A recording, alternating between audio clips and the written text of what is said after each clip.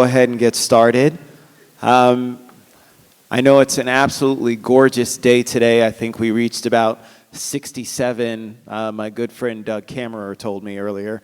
So we're competing with a lot of great things that are going on, and of course, obviously, there's a lot of consternation and concern around Corona, and so, but I really appreciate you guys coming out this evening to talk about the state of education in Montgomery County, something that's incredibly important to me as the chair of the Education and Culture Committee for the Montgomery County Council. My name is Craig Rice. I am a council member representing District 2, and as I said, I chair the Education and Culture Committee. Thank you. Thank you. Thank you. Checks are in the mail. I really want to say thank you also to my partners. We decided to do this a little bit differently this year, just so you know. We normally do education budget forums, and so we do them. They're very formal. Well, not very formal. I don't like formal. But we do them in every single district throughout the county, so 5 different meetings. And we heard from folks in their feedback that they were kind of getting the same information. It was kind of just, okay, it's just plug in the new data for the budget, and we'd always have the same questions. And so we really wanted to do something different and just talk about the dynamic of education in our community and talk about what's going on, what's innovative, what's new, what's happening, what are we looking to change and make sure that education is on the cutting edge in Montgomery County.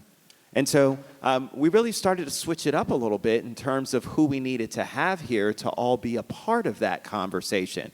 And so when we thought about it, we of course had to have our pre-K to J continuum. And so that pre-K to jobs was incredibly important for us to really talk about that continuum of education here. And so seated to my left is my left and your right, is our superintendent of schools, Dr. Jack Smith. You can applaud. We have Susan Madden, and Susan, you are the special assistant to the president? Okay, all right. I know I messed it up a little bit, but she's actually subbing in for Dr. Pollard, who unfortunately is ill. She is not experiencing some of the other symptoms we know, so people will automatically, that's what they're going to think. She does have a fever. We told her to wash her hands and go home. Okay. Well, breaking news there. I know we've got news in the room, so so thank you, Susan, for being here. And then we've got Dr. Stu Edelstein, who is our fearless leader at the universities at Shady Grove. So let's give him a round of applause. So here's how this is going to work. Again, like I said, I like to do things a little bit less formal, but it really helps for us to do it this way. We're going to ask so that we can accommodate as many questions as possible. We're asking that you actually complete index cards that are going to be passed out to you. I've got Sharon Ledner, who's my chief of staff, who will be passing out index cards as well as pens for you to write down questions. And should you think of a question during the presentation, just hold up your hand. One of our staff members will be able to bring a card over to you so that you can ask those questions. And make sure that you actually sign in before you leave at the kiosks that are in the front, those iPads, because you can get a copy of the presentation as well as any information that we talk about that folks request, and we want to make sure that that's shared with each and every one of you. So I'm just going to go briefly through me and why I care about education and why I serve in the role that I do. I'm the son of a teacher, then principal, then university administrator at Model Secondary School for the Deaf in D.C. and then Gallaudet University. And so I grew up in special education, understanding how important that was and the power of education meant to especially those people who are with differing abilities. And I have the distinct honor of serving as the chair of the Education and Culture Committee at the Montgomery County Council, but no, it doesn't stop there. I also chair the Maryland Association of Counties Education Subcommittee, and no, it doesn't stop there. I'm also a member of the Kirwan Commission, who spent the last 3 years of my life talking about how to redefine the paradigm of education in the state of Maryland. And no, it doesn't stop there. I also serve at the National Association of Counties on their Human Services and Education Committee as well. And so if anyone wants to question whether or not I love education, I spend every waking hour thinking about it and how important it is to what we do here in this county. So let's talk about education. Let's talk about the pathway. So education in Montgomery County, really talking about from pre-K to J, what our expectations are when you go from our Montgomery County public schools and go all the way through your potential associate's degree at Montgomery College to a bachelor's degree at universities at Shady Grove, and of course at the end, that career success. Now, there are also multiple off-ramps. You can actually go, and there are great programs you'll hear about from Dr. Smith and from Susan Madden about the collaboration between the two, and you can actually circumvent some of those landing pads and go directly into career success. So that's important for us as well. Noted that's not on this graphic, but something that I think is incredibly important, and a person who's here today is our Director of Libraries, Anita Vassallo, so thank you very much. We know that that's another, and I wouldn't call it necessarily a landing pad. It's actually, does anybody remember the game Q*bert? And when Q*bert used to jump around, see, I'm a nerd, so I apologize. But there are a lot of little things that you could jump on and back, and I think our libraries are always those things where folks can jump off and then jump on to other landing pads. So our libraries serve as that continuum of being able to elevate yourself and continue your learning all the way throughout. And so we really want to thank libraries for their partnership and their support in terms of making that happen. Another resource that's in the cog of the wheel of education. And I want to stress that point for a moment because the cog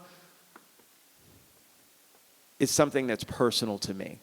I've seen people who have been denied access to education and what it means for them. I've seen it because I also represent Clarksburg Jail. And when I go there and I talk to enterprising young men and women who are in Clarksburg Jail, who unfortunately, because we haven't given them the right support so that they can determine the right pathway to careers, have chosen to use and develop their talents in a way that sometimes isn't legal nor is the best decision for them. Nobody's ever born bad. They make bad decisions, and they're also given not necessarily the best reinforcement when it comes to understanding how to do things differently. And so it really is one where I see our jails as a great way of learning about what it is that we need to do better. And so I've spent a lot of time talking to our folks who are incarcerated and formerly incarcerated about what it is that they truly needed and where we missed the boat in terms of giving them what they needed to be successful. If you care about crime in Montgomery County, you should care about education. If you care about healthcare disparities, you should care about education. If you care about economic development, you should care about education. If you care about tax policy, if you care about anything that is Montgomery County, you should care about education because they are all inextricably linked. So, that's the reason why we spend so much on education. And so let's go to our next slide. We have two different budgets for education. One is our operating budget, and one is our capital and CIP budget. And so our operating budget, think about that in terms of people. That's all of your resources that are there to provide that education. It's your teachers at MCPS, your faculty at Montgomery College, your faculty at USG, those kinds of things. And then, our parks folks who, are recreation folks who are working. All that's operating budget. And in our capital budget is the bricks and mortar. Those are the actual buildings. Those are the places and the play spaces and the athletic fields and all the things that go into that are the brick and mortar and land and infrastructure, the equipment. All of those fall into our capital CIP. Our operating budget we do every year. Our capital budget we do every other year, and we actually do it for a 6-year period. That gives us stability when it comes to the bonds that we sell to help leverage to pay for the capital improvement projects that we have. And so from that perspective, I will tell you that it's incredibly important to be mindful of that spending capacity that we have within our capital improvements because that actually shapes our AAA bond rating, which makes it and gives us the ability to actually be able to leverage those bonds and borrow money at a lower interest rate. And so, of course, what we see what's happening now with Wall Street, we're very sensitive to that and how that can affect our overall borrowing capacity. So education has dollars flowing from basically two different places. One is from Montgomery County, and the other is from the state of Maryland. Now, I will tell you a little dirty secret that the federal government doesn't want you to know. You're not going to hear it from any of the presidential candidates that are on stage, but there's a little thing called IDEA, and there's another little thing that's called Title I funding. Back in 1965, the federal government said, hey, we understand it's more expensive and there are more challenges associated with educating children with differing abilities and for children who are concentrated in poverty, and so therefore, we're going to give you additional money to make sure that you, localities, states, can help to fund your schools because we know that that's the important thing to do. Did the federal government hold true with their promise? Of course not. And so I'm very happy to see that Senator Chris Van Hollen has put forth the Promise to America's Children and Teachers Act, which actually talks about increasing the funding over the next 10 years to bring back IDEA and Title I funding to the levels in which it should have been a long time ago. Anyone want to guess about how much money that equals every year? It's a lot. Seriously, anybody want to guess? This is the interactive period of the presentation. $55 billion a year. That's how much education's being shorted in this country every year. $55 billion for those who need it the most. I'm not talking about just to keep the lights on, folks. I'm talking about for serving some of our most vulnerable in our community. We've got to make a change. So, Montgomery County continues to pony up like we do. Unfortunately, the county executive proposed a little bit of a reduction in terms of his CIP this year, $4.2 billion. It's a 4.3% decrease overall. It funds about 94% of the Board of Education's requests and only 92% of Montgomery College's requests. Keep in mind, this encompasses many projects that have been long overdue, that have been pushed back, and I know that both MCPS and Montgomery College will talk about that. The state of Maryland, it's a little bit of a different story. It's the tale of two cities. Well, a tale of a county and a state, I guess. The governor's budget was proposed at $47.9 billion. It's a 1.5% increase. $733 million for statewide school construction, $7.3 billion for K through 12, $350 million for the Kirwan recommendations, and another, the Build to Learn Act, which is going through the General Assembly right now, provides an additional $2.2 billion in school construction by leveraging casino revenues. Great news, hopefully, come April, coming out of the state. So why is that important? Why is capital funding important? Well, we're standing right now at Northwood High School, and many who are in this community know about how this school project has been continuously pushed back. Well, here's what Northwood could look like. And the key is that we could increase capacity by 1,500 students from 1,200 to 2,700. Hopefully, if we're able to keep this on schedule, construction would be expected to begin in 2023. With completion in the fall of 2025. And students will relocate to Woodward High School during the construction of the brand new Northwood High School. So it's really important. I just wanted to share with you an example of why this is locally so important in terms of us making sure that we keep true to the budget that was proposed by the superintendent and the Board of Education. So the budget process. The budget process, as you'll see, state education funding formulas for pre-K through 12 is a big part of what happens. At the very top, you'll see that Promise to America's Children and Teachers Act that I talked about.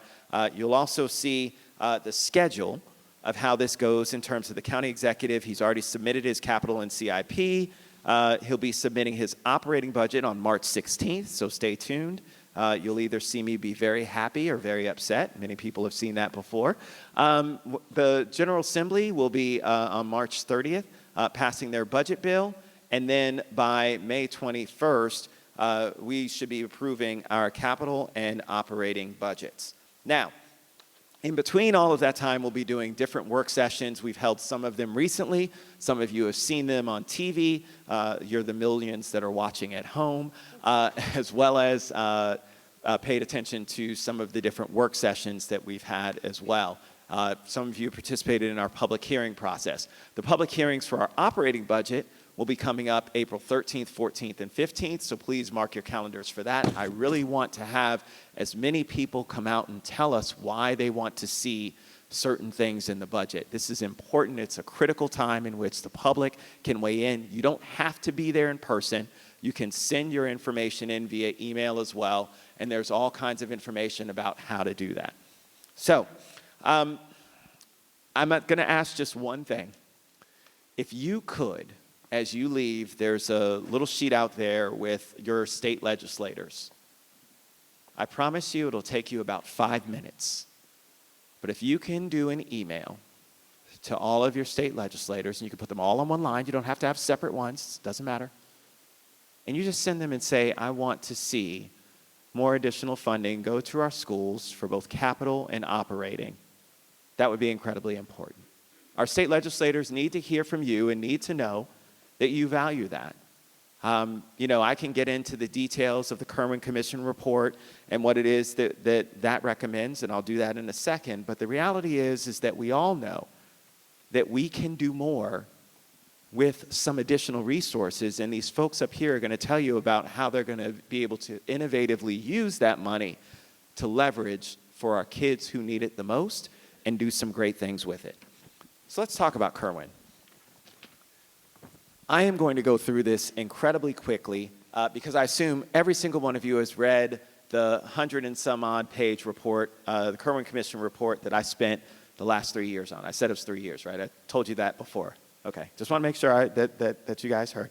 The great thing about this is if anybody's familiar with some great think tanks in DC, like the National Center on Education and the Economy, the American Association for the Advancement of Science, they've all said that this plan, this blueprint for Maryland's future could actually be a blueprint for America's future.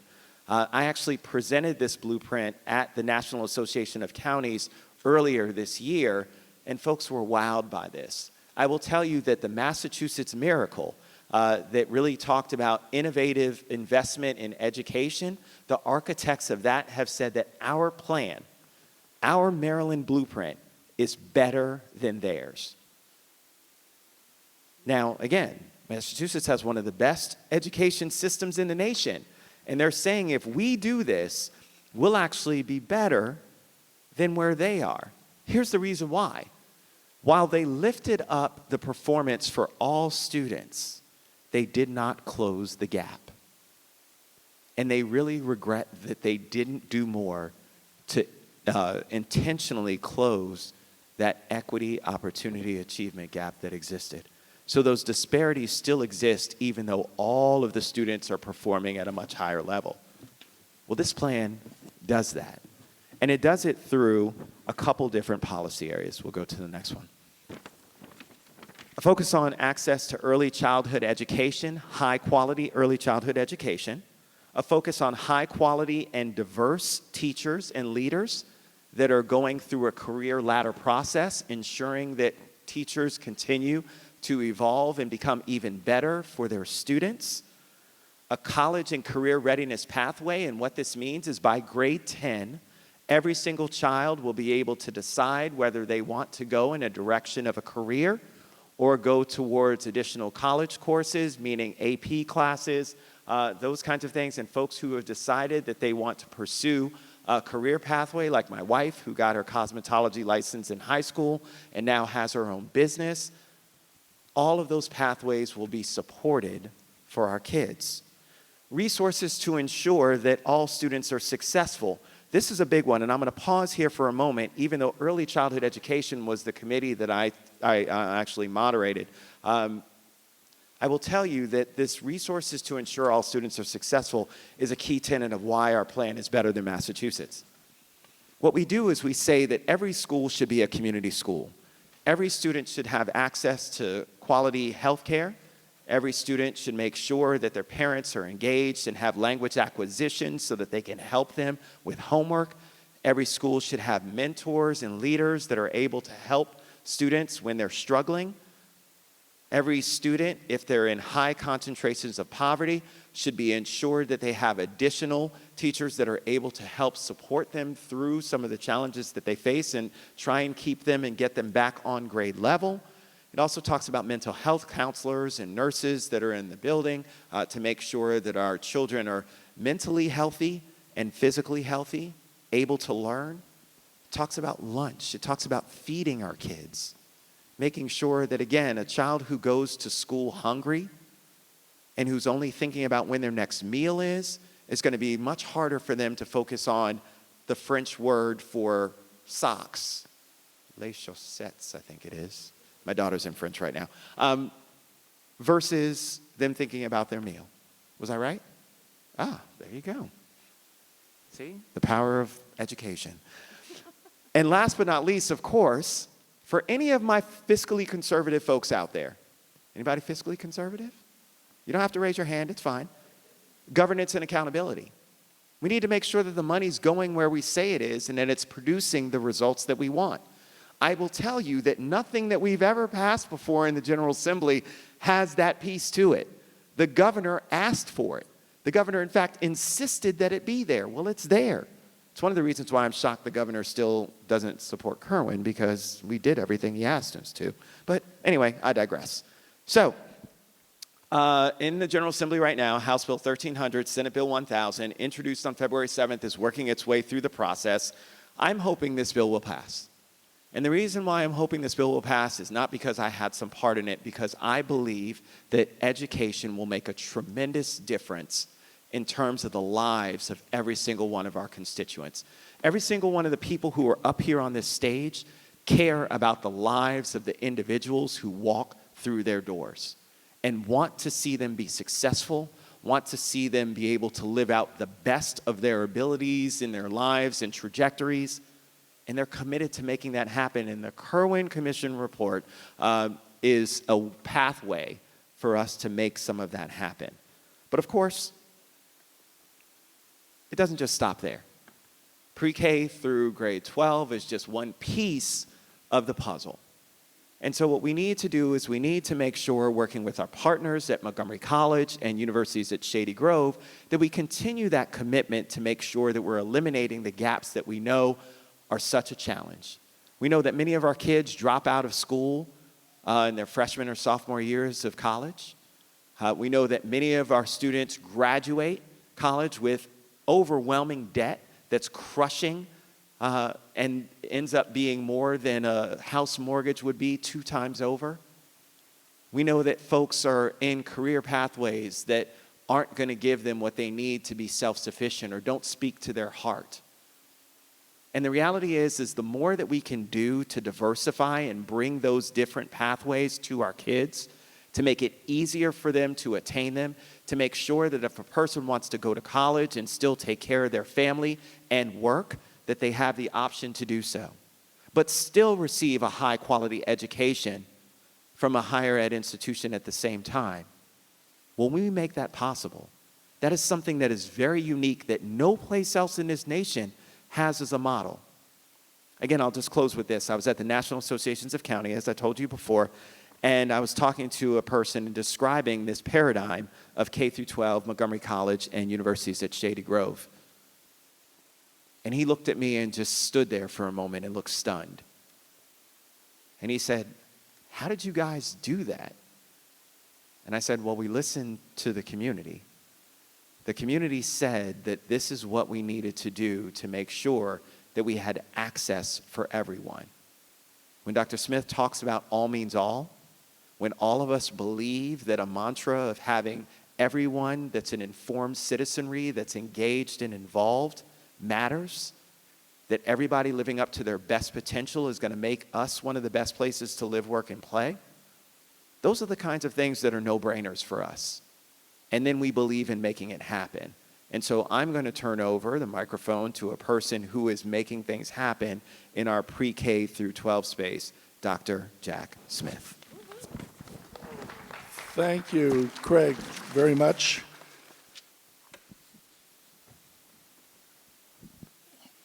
So we'll talk briefly about our budget, but we have a lot of information on our website, Budget 101 on our website. You can find out anything you want to know about our budget. And if you have trouble navigating that, if you send me an email, my email address is on the website, then I'll make sure you get some support because we think you ought to know what we're spending the money on. So if we look at the next slide, that's this right here. So it says we have 165,267 pre-K through grade 12 students. We actually, that was the September 30th official count as Maryland does it in the state of Maryland. We submitted that count on that day. Right now we have about 166,300 pre-K through 12th grade students. The level of growth has been profound in Montgomery County for almost 20 years. It's interesting because from 1972 until the early 90s, there was a significant loss of students, and those of you who were in the community then know that about 61 or 2 schools were closed. And then there was a level period for a few years where it grew at a moderate rate, and then in the early 2000s, growth took off. We've gained almost 40,000 students since the year 2000. We've gained about 25,000 students in the last 10 or 11 school years. And this year we gained 2,600, just under 2,600 new students, and a net gain of that. And so it's just a phenomenal level of growth. If you look at the other side, there's quite a bit of information on one page about the budget that has been requested. And I'll just break down a couple of numbers that are particularly important to the residents of Montgomery County. There is a requirement called the Maintenance of Effort Law that the county government fund at the per pupil rate that they funded in the previous year. And that keeps school systems from being unstable and have challenges when the funding goes up and down significantly from year to year. So that Maintenance of Effort Law maintains stability and it allows for growth. So if you have more students, as we do, then you get more money under that Maintenance of Effort Law. So we get about this year a little over $30 million in maintenance of effort from the county government. We got about $38 or $39 million from the state government. There are some other smaller federal increases and private fund increases, grants, things like that. Those are really quite small in Montgomery County. They account for under 5% of our total budget. And then the other money that we've asked for is about $44 million over maintenance of effort. And that money is discretionary. The county can provide it or not. That's the choice of the county executive's recommended budget and then the county council as they wrestle with, and I absolutely have to be very straightforward about this, with the competing needs in this community of over 1 million residents. So I cannot work from the assumption that the school system should be funded at the expense of everything else. And I have to work from the assumption that the school system needs to support the students we serve. And that is a challenge for the county government. And as Councilmember Rice said, he's absolutely spot on. If we want to be able to continue to build school buildings in the future, that AAA bond rating must be protected because it will actually just outprice us in terms of the cost of the borrowing against bonds. And so those things all are complicated. But let's just walk through some of the things we're doing in the school system to try to make that all means all mantra a reality. Montgomery County for decades has done so well for so many students. I see people in the audience I know, and I know some of you that I see have children who went through Montgomery County Public Schools who benefited tremendously. And actually, across the school system, if you look at the historical record, students of color and students in poverty, many of them did very, very well. The challenge is that there's a discrepancy between their middle and upper class peers, especially white and Asian peers, and African American, Hispanic, Latino, and all students in poverty.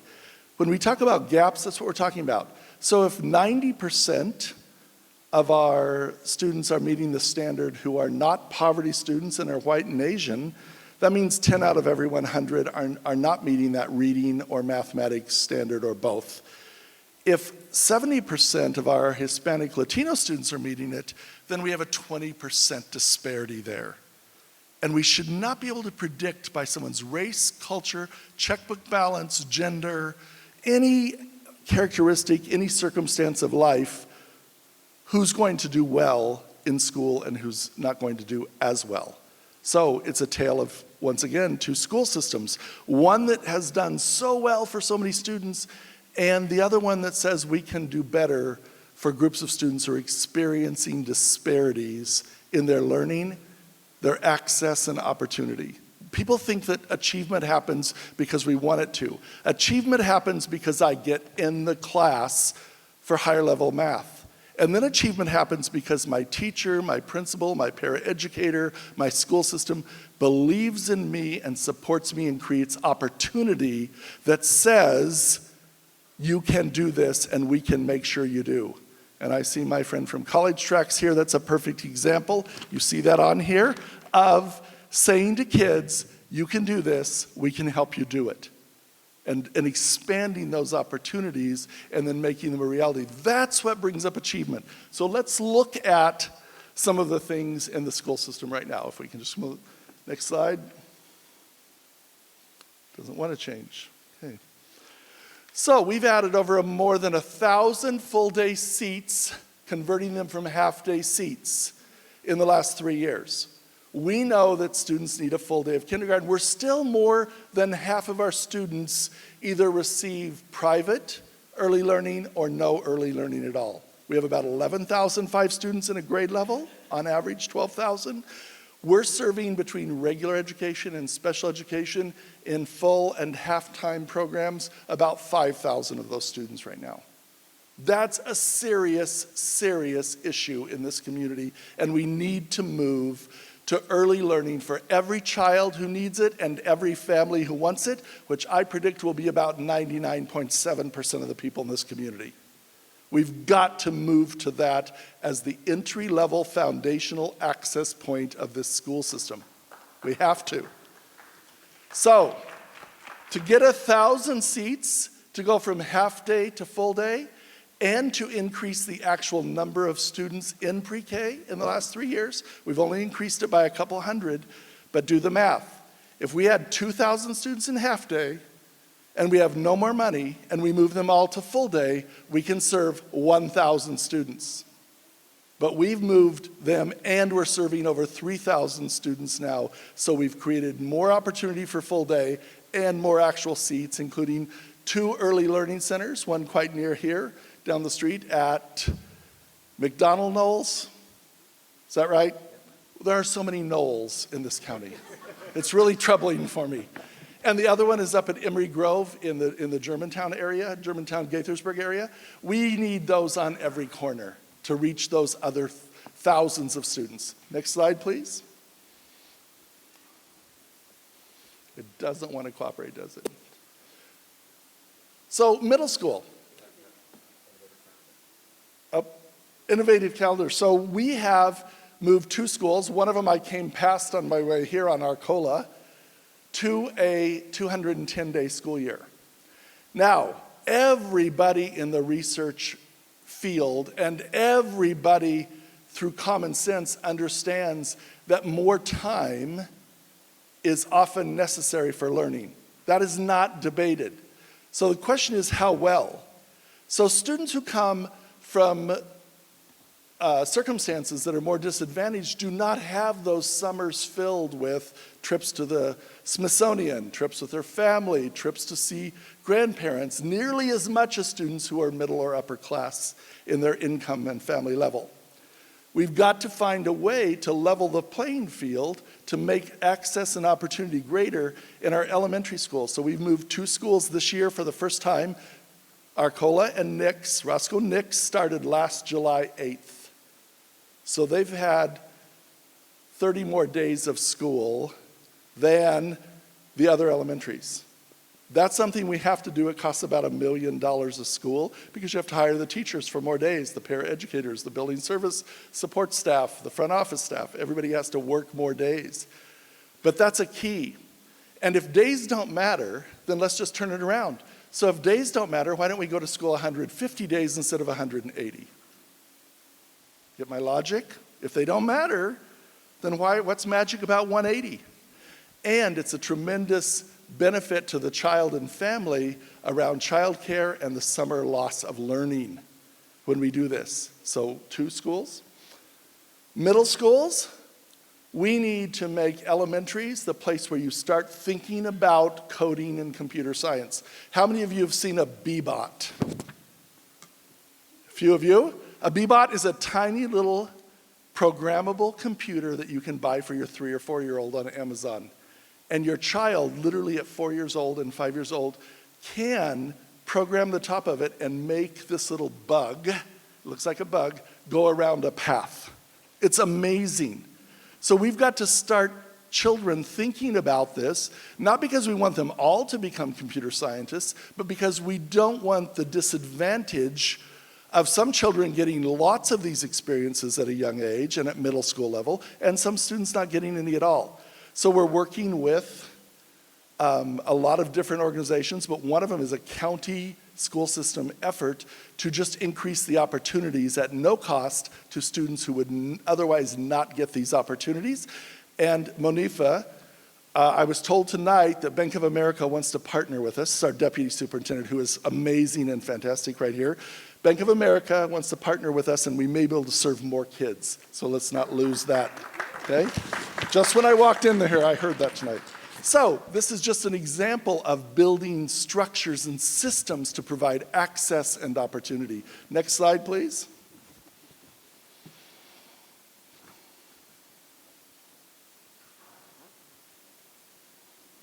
Okay, does it want to go? I'm sorry? Let's watch this.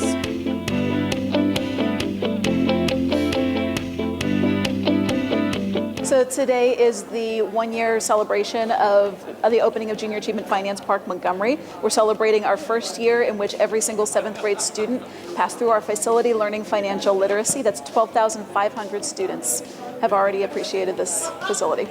But this isn't just about financial literacy. Personal finance instruction and financial literacy is very, very important to us as a district. We want every single one of our students to cross the stage prepared for the world ahead as it relates to their personal finance. But we also want them to be prepared for the world ahead as it relates to their careers. This experience here is part of a whole continuum of career exploration. MCPS is transforming the way that we look at preparing students for life after high school. It's not just about preparing students for college. It's about preparing them for academic futures and post-secondary education, absolutely. But it's about preparing them for careers and for life.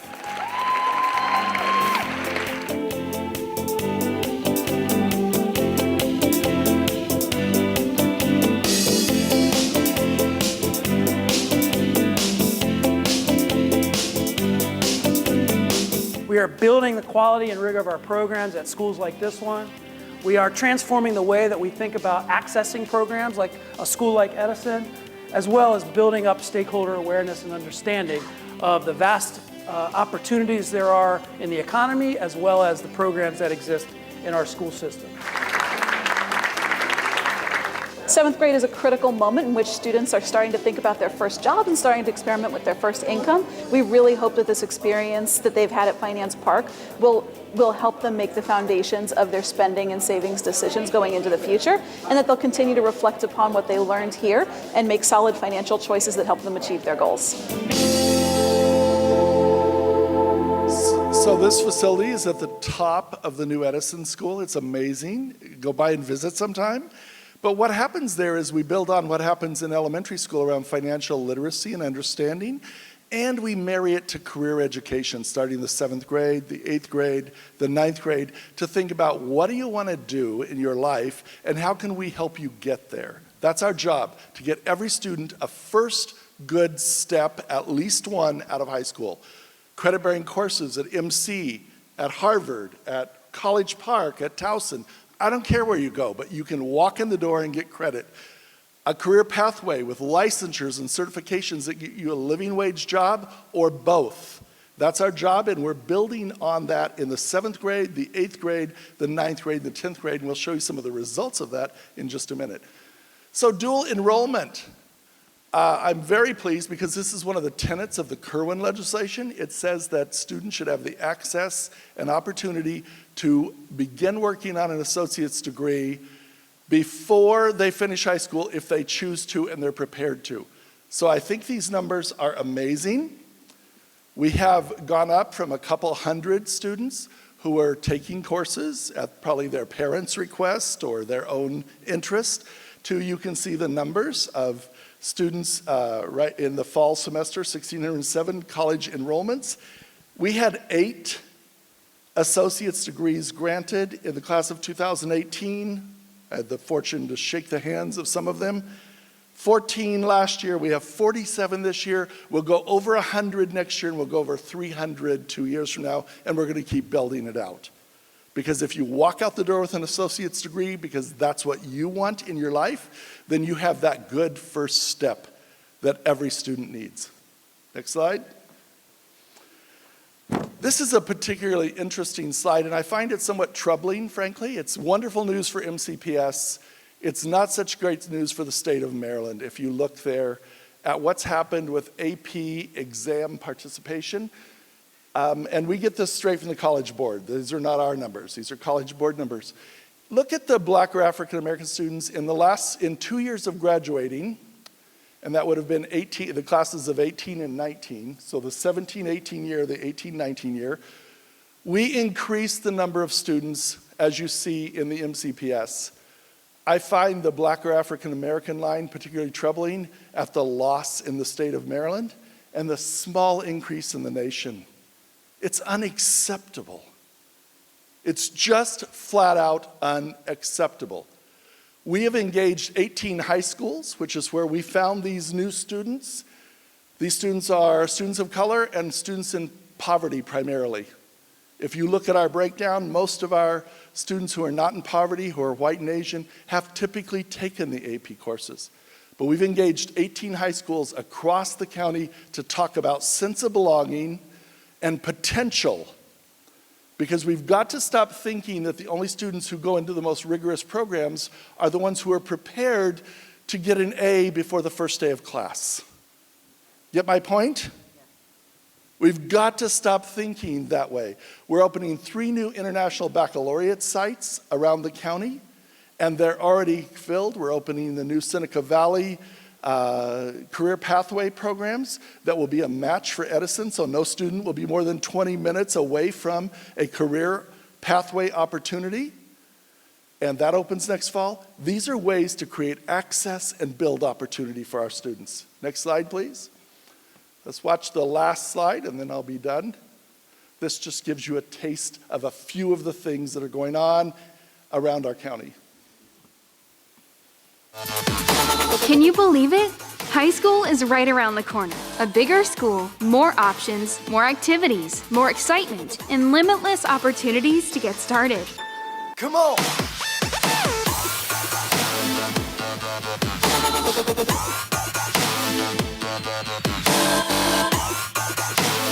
Your future is so bright with Montgomery County Public Schools. Come on! And now is the time to get an early edge on your future. It's time to start thinking about your future and what interests you. MCPS is committed to providing a wide range of exciting and engaging options for everyone so that you have an edge in preparing for life after high school. No matter what your future holds or what you want to pursue, there's an option for you.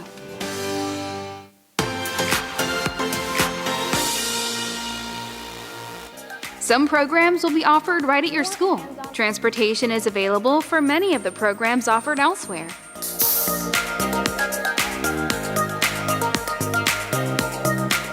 Thinking about college? There are many rigorous programs and classes that will get you ready, and many allow you to earn college credits before you even graduate.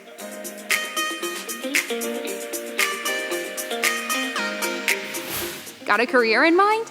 Build knowledge, skills, and a resume with on-the-job experience, college credits, and industry preparation while you're still in high school.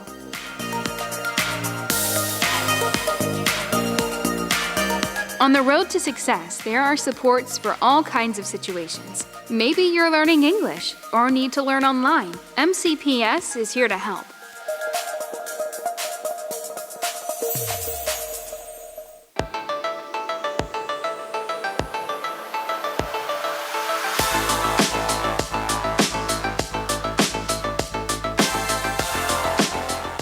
These opportunities are just part of the high school experience. You can still participate in sports, clubs, theater, leadership, or even start a new club that's your passion and interest.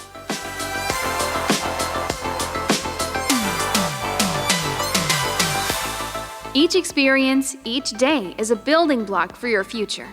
Now is the time to get started. Every day counts.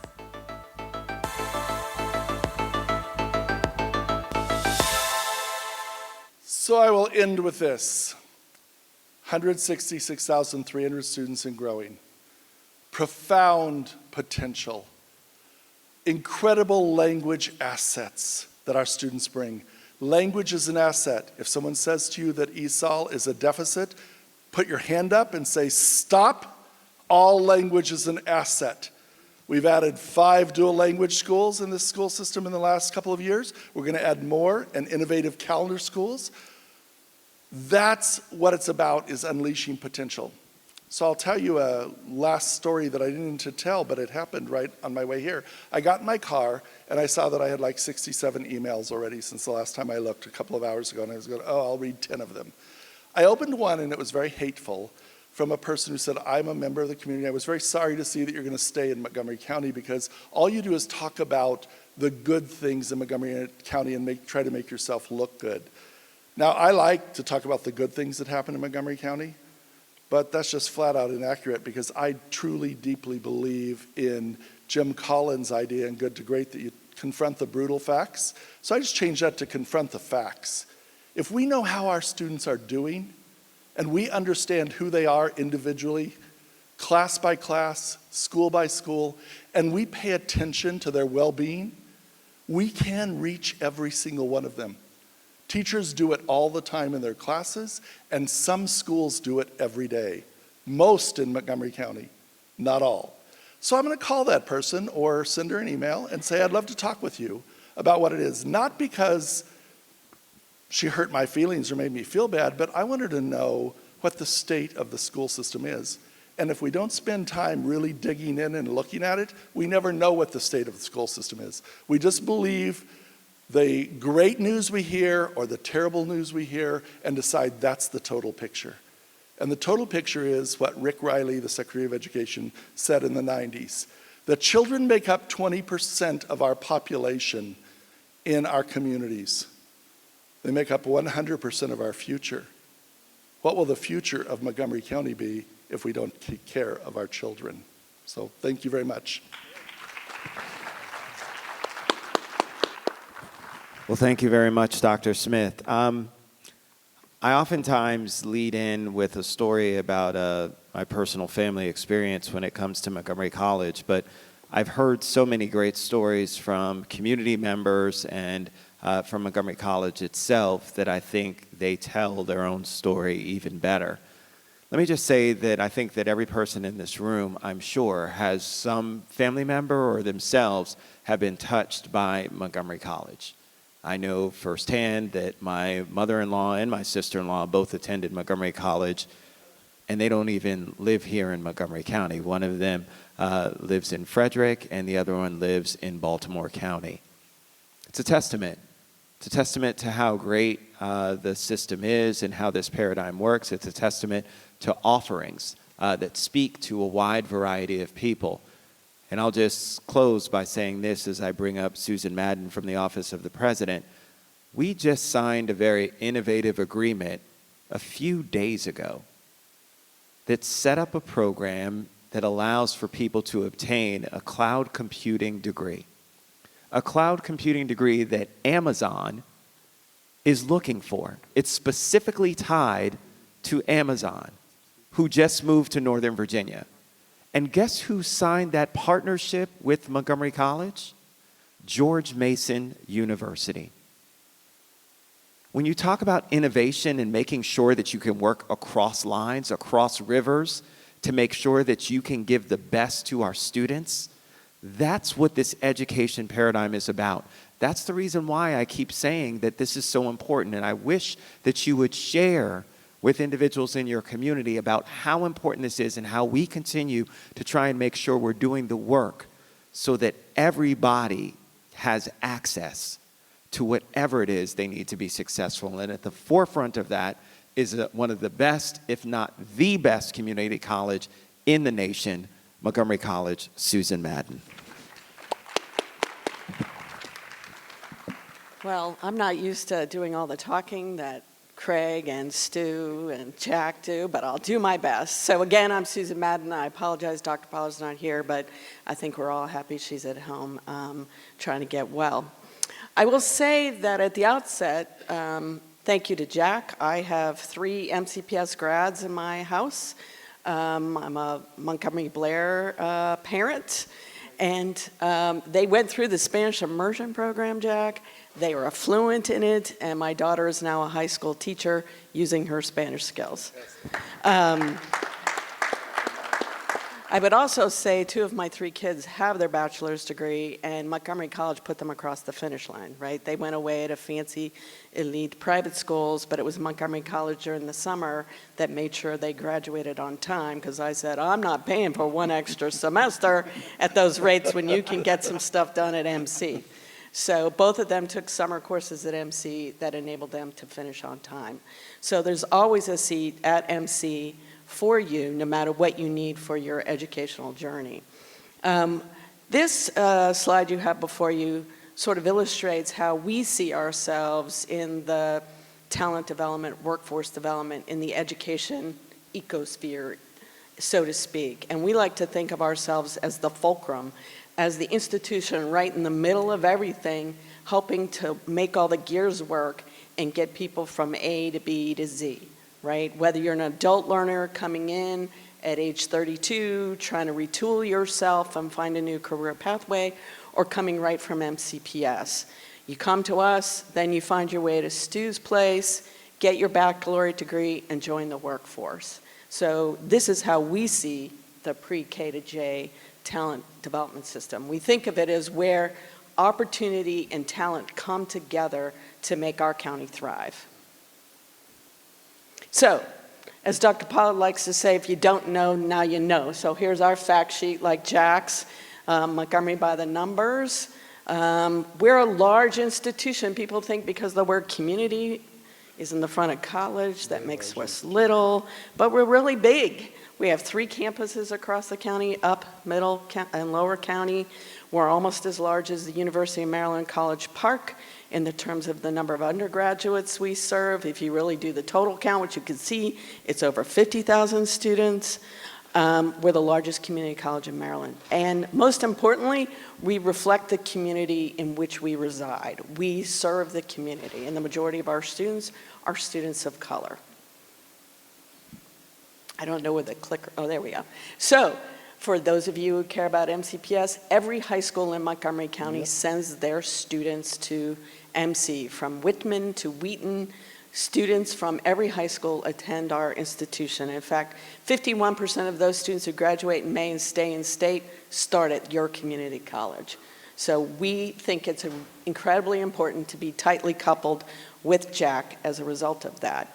And Jack talked about the growth of our dual enrollment programs. It is taken off. When we hold information nights, we have to have the fire marshal regulating the crowds. People have figured out that the 2+2 deal and get it done while you're in high school makes good financial sense, makes good sense for your education, and people are taking advantage of it. And we've got programs that are growing in all kinds of discipline. You can see cybersecurity, bioscience, engineering, you name it, we've got it. And we're helping a little bit with your overcrowding. Absolutely. As some students actually come to our campus to receive their education. On all 3 campuses? Yes. We have students right now on all 3 campuses. Some of you have heard about the state's new scholarship for community college students. Hopefully, if your student is interested and qualifies, you've met your deadlines for application.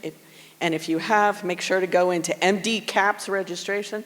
I don't fully understand what that means, but it's really important. And if you've applied, you'll know what it means. And make sure your paperwork is flowing. And if you have any problems, we've got a website. You can call me. We'll figure it out and help you. But this is an incredible opportunity for those students that qualify for this. Come to your community college, and your tuition is going to get picked up if you qualify for this program.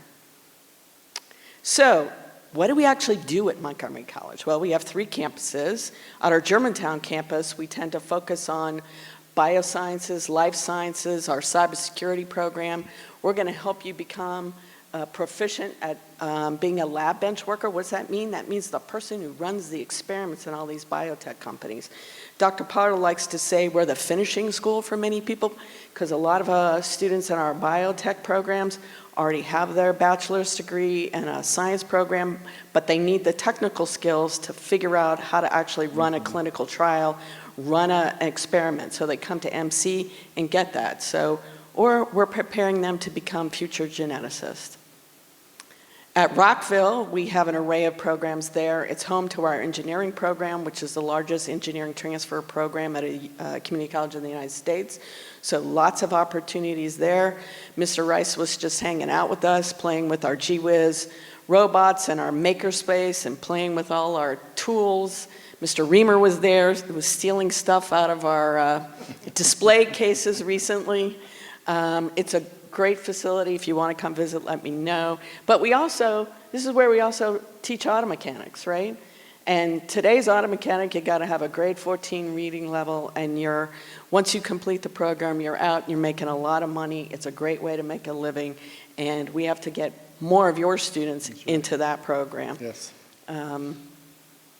And then at our Tacoma Park Silver Spring campus, it's home to our health sciences program, EKG technicians, sonographers, physical therapist assistant. My sister's a PTA, and she has never wanted for a job and has always had a solid paycheck.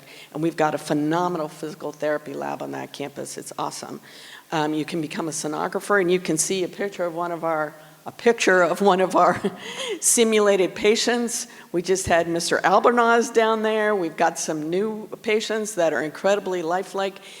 I wanted to call Sigourney Weaver because they sort of look like aliens taking over people's bodies. But anyway, nonetheless, you can become an RN in 2 years through this program at our campus. So. And then in our training programs, of course, we have a variety of options for residents too. We can help childcare professionals get better prepared, especially as Kirwan comes along. There's going to be new professional requirements for them. We're ready to do that work. We can help. We just launched a new program to help train 911 dispatch technology call takers, clinical trial project managers. This again where we take bachelor's degree, master's degree holders, PhD degree holders, and help them learn how to run a clinical trial. So, what happens? People like to think of Montgomery College as a place of hope and opportunity, and we really value that because that's our core mission. We believe that we're here to empower students to change their lives. But they actually leave our building, they graduate, and we have a few alumni in the audience, and they become the Montgomery County workforce. 71% of our alumni stay here, work here, live here, raise their families here, pay taxes, and they generate an enormous amount of income for our county. So who are they? Some of these people you know. I know y'all know Jim Muir, Saul Graham. He was the founder of Quality Biologic. We got Julie Verratti, who actually was a lieutenant governor candidate and is an amazing leader in the emerging brewery industry. Carl Book, who runs his own construction company, and then Usa Banang, who's a dentist, has 2 practices of her own, is an incredible philanthropist. So we're creating business leaders and innovators and entrepreneurs. And here's an array of other folks that are out there doing the work. We got engineers, a biomedical engineer, software developer. Ian Latinsky's apparently helping you with your math curriculum through his company on Learn Zillion. Yep. And Catherine, who graduated from MCPS, came to MC, went to the Air Force, came back to MC, then got her bachelor's degree, and now she's an aerospace engineer. So we are not Hotel California. Folks come in and we set them on their way, and they make a difference in their own lives, their family lives, and help to contribute to the thriving economy and our thriving community, generating over $1 billion to boost our local economy. So, how do we do this? Well, you know, it takes resources, right? It's all about where's the money. So, Mr. Rice, show me the money. We put forward a very prudent, fiscally prudent capital budget. It's one of the lowest capital budgets we've ever put forward, understanding debt capacity and somebody else's physical space capacities. It's about $100 million less than our top dollar a couple of years ago in our capital budget. It's very prudent, but we do need to keep the Leggett building moving forward. That's a new math and science building at the Tacoma Park Silver Spring campus. No student should be denied access to high quality facilities just because they happen to live down county, right? Everybody should have access to high quality labs and classroom, and the Leggett building will deliver that. We need funds to renovate our libraries. They're old, they're dark, they're dank, and just because we live in the age of Google doesn't mean libraries are irrelevant. There you go. Our students, many of our students can't afford their textbooks, so they need the library. Many of our students live in very crowded homes. They need our library for that quiet study space. Then we don't build facilities with lots of gathering space in it. State construction guidelines preclude us from creating lots of gathering spaces in our buildings. But libraries have that, so they're a place for group gathering and studying together. So libraries are important. Our deferred maintenance backlog is huge, Mr. Rice, and we're going to need your help to fix that. And I was just in a climate change meeting with Mr. Elrich this morning, and you can't have a high performance building unless it's a modern building. So we need to fix infrastructure that's underground, HVAC units that are on top. We gotta start attacking it. It's a $188 million backlog. We should be spending at least $18 million a year to fix that, and we are nowhere near that number. So we got to get on that. Our Germantown Student Services building is an important building. We would locate all the important student services that a new student would need to enroll, putting enrollment, registration, financial aid, counseling all in one building so they don't get lost wandering around on campus trying to find their counselor, trying to find the financial aid advisor, trying to figure out where do I actually pay my bill, where's the enrollment lady. We've got to put it all in one place. Community college students tend to be first-generation college goers. We got to make it easy for them to enroll. And all of you know, like I know as a parent, how hard it is to enroll, right? A lot of us spend 2 years helping our kids figure out what college they're going to go to, what discipline they're going to study. It's like 2 years, right? You're thinking about it. Well, our students, they get enough cash in their wallet, they show up on campus and say, here's my money, get me enrolled. And they're trying to compress what we've spent 2 years doing in like 2 days. So a building where they can get it all done in one location is really important. And of course, IT is always important. I will say that we've done the county council, Mr. Elrich, and maybe even Jack a big favor. Not that we, but we're not asking for any new county money this year. We have been working really hard to develop a new strategic plan, and we want to take FY21 to start to think about where do we go from here. We've been developing new dual enrollment programs. We stood up the ACES program. We stood up the Achieving the Promise program. We're doing better at data analysis and trying to understand where our students are coming from and where they want to go and how do we get them there. So we're going to take a deep breath and not initiate anything new in FY21.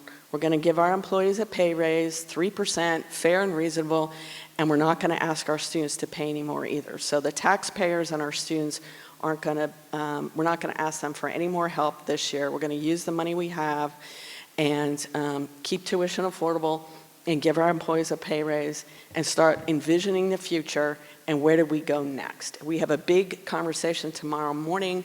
Dr. Paul is leading what we're calling a thought leader conversation to really start to look at how are we going to drive student success at Montgomery College, because all means all. How are we going to help our African American students, our African male students in particular? How do we help them reach their goals and objectives? So no new money for MC next year from the county. We are hoping our friends at the state actually step up to the plate this year and fully fund our funding formula, the CADE formula. We got some good news today, and hopefully they'll finally step up to the plate and do their fair share. And with that, I'll just say thank you for your time and attention, and Montgomery College is here for you, and we strive to empower our students to change their lives.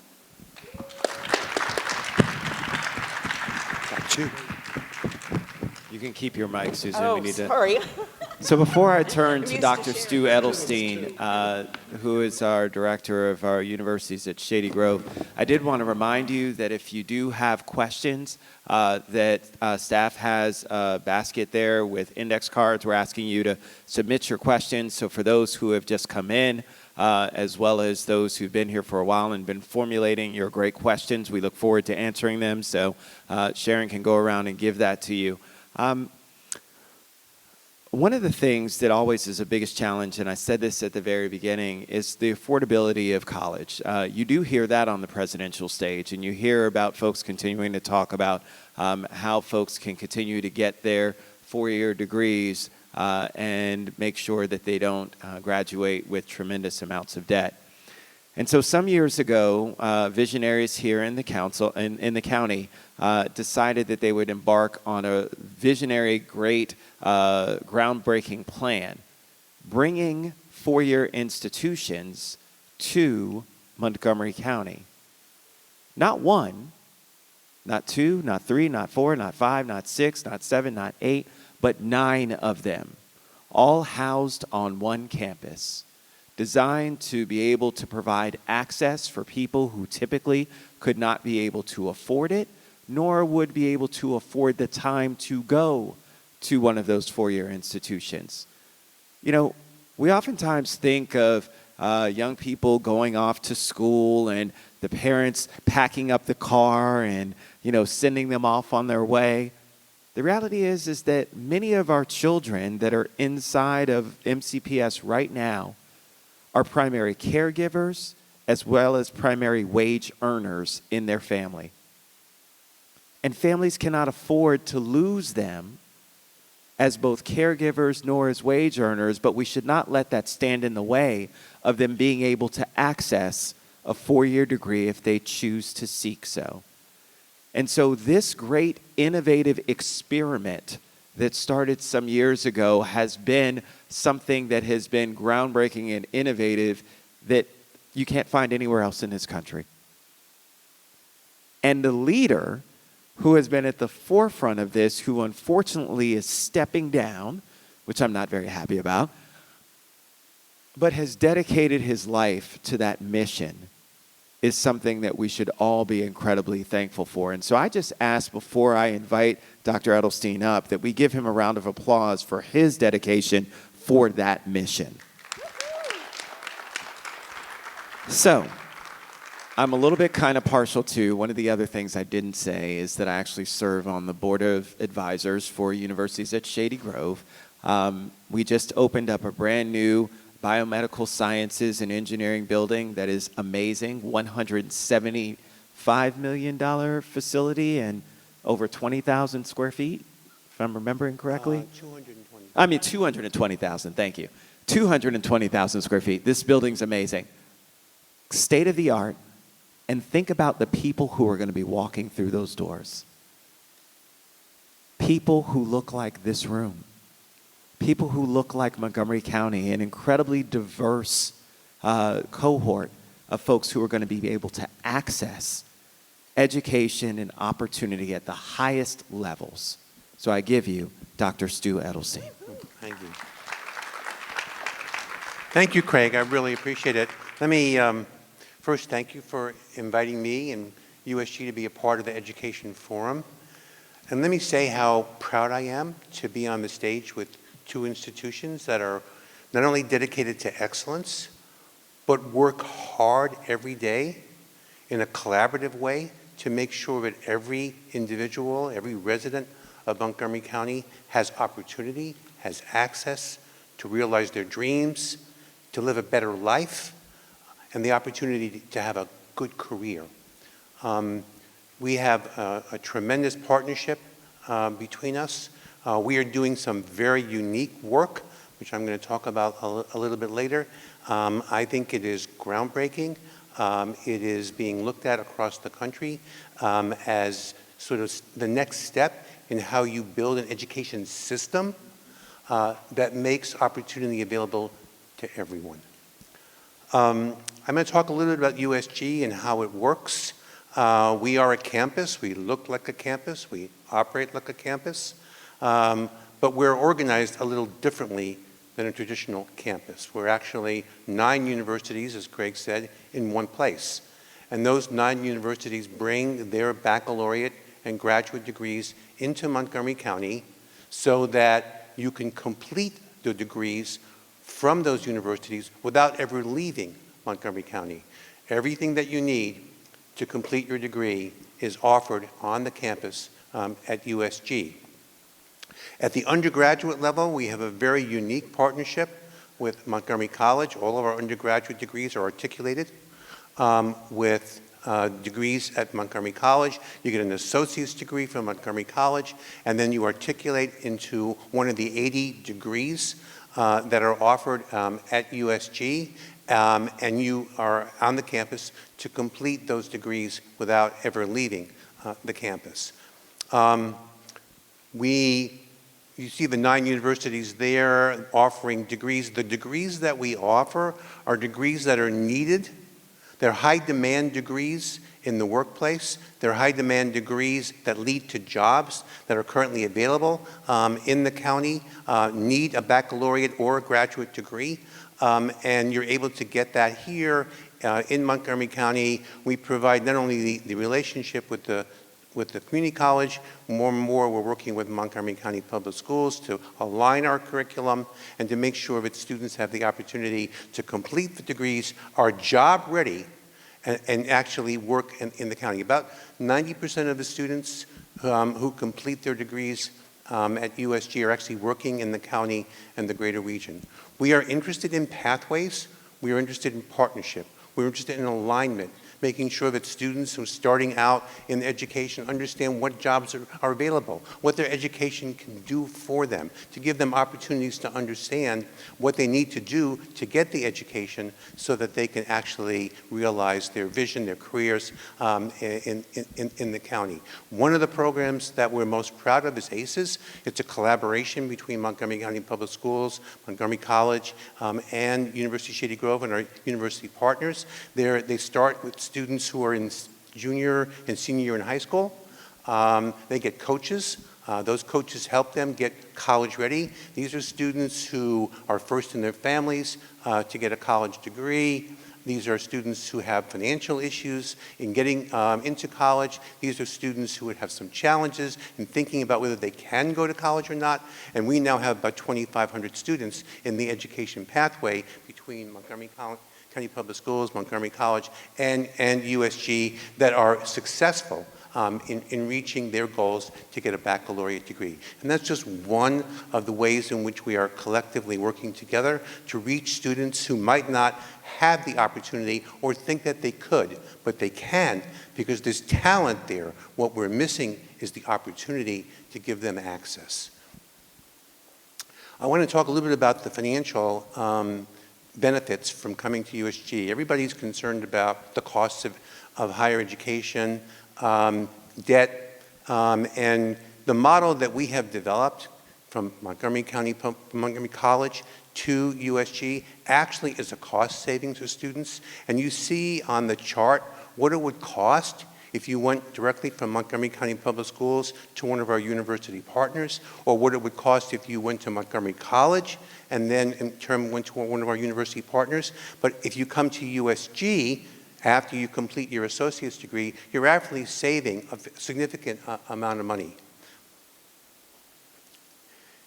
And in terms of the dollars, we also provide scholarships that USG awards over and above the financial packages that students get from their home campuses. So they're admitted into their home campuses to get financial aid. That aid can be scholarship support, it can be loans, but we provide dollars that we fundraise from the community, and about 50% of the students who come to USG are actually getting scholarship support from USG. So the debt that students have when they come to USG and graduate is actually less than the debt they would have at their home campuses. And that's important because many of the students who graduate from USG, I would say more than 50% of the students are actually graduating debt-free. And that is a tremendous benefit for students that are starting out in life, who are developing their careers, their families, and they don't have to worry about paying off loans because we have this pathway and we have the opportunity to give them the college degree.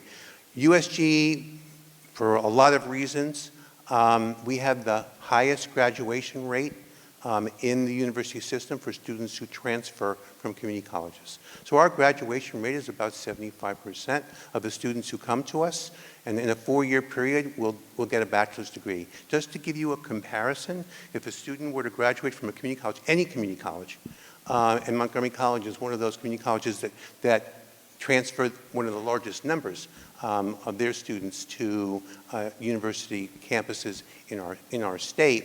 The graduation rate, if you were to go to the campus, is about 52%. So it's about more than 20 percentage points higher for the students who come to USG because the environment is smaller, it's supportive, we're focused on these students, the services are focused on supporting their academic work, their career readiness work, and of course they come to us because they want to stay in the county, they want jobs in the county, and we provide them with that access. As Craig mentioned, we just opened this semester a biomedical sciences engineering building. It is a beautiful building, but more importantly, it's the programs that are in the building that are going to make the biggest difference.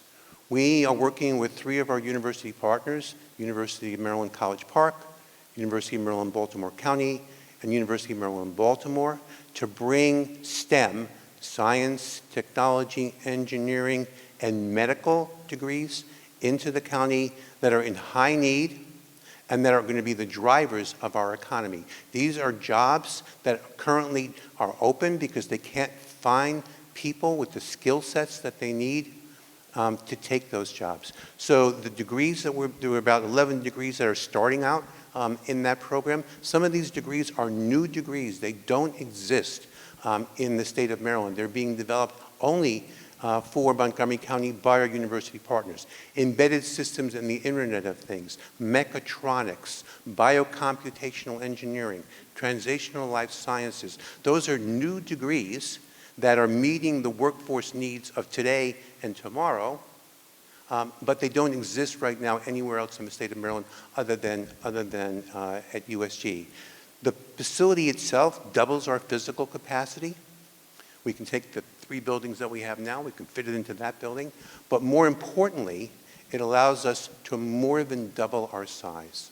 So we're at 3,000 students right now, and with that building, as we grow into that building and as we bring the programs, that building that is designed to support the multiple disciplines in science that we're bringing together, we will be able to admit probably 700 to 7,500 students, which is a big increase for us in terms of being able to provide opportunities for education which meet the jobs of our county and the greater region. So I'm very pleased to be here, and I look forward to your questions.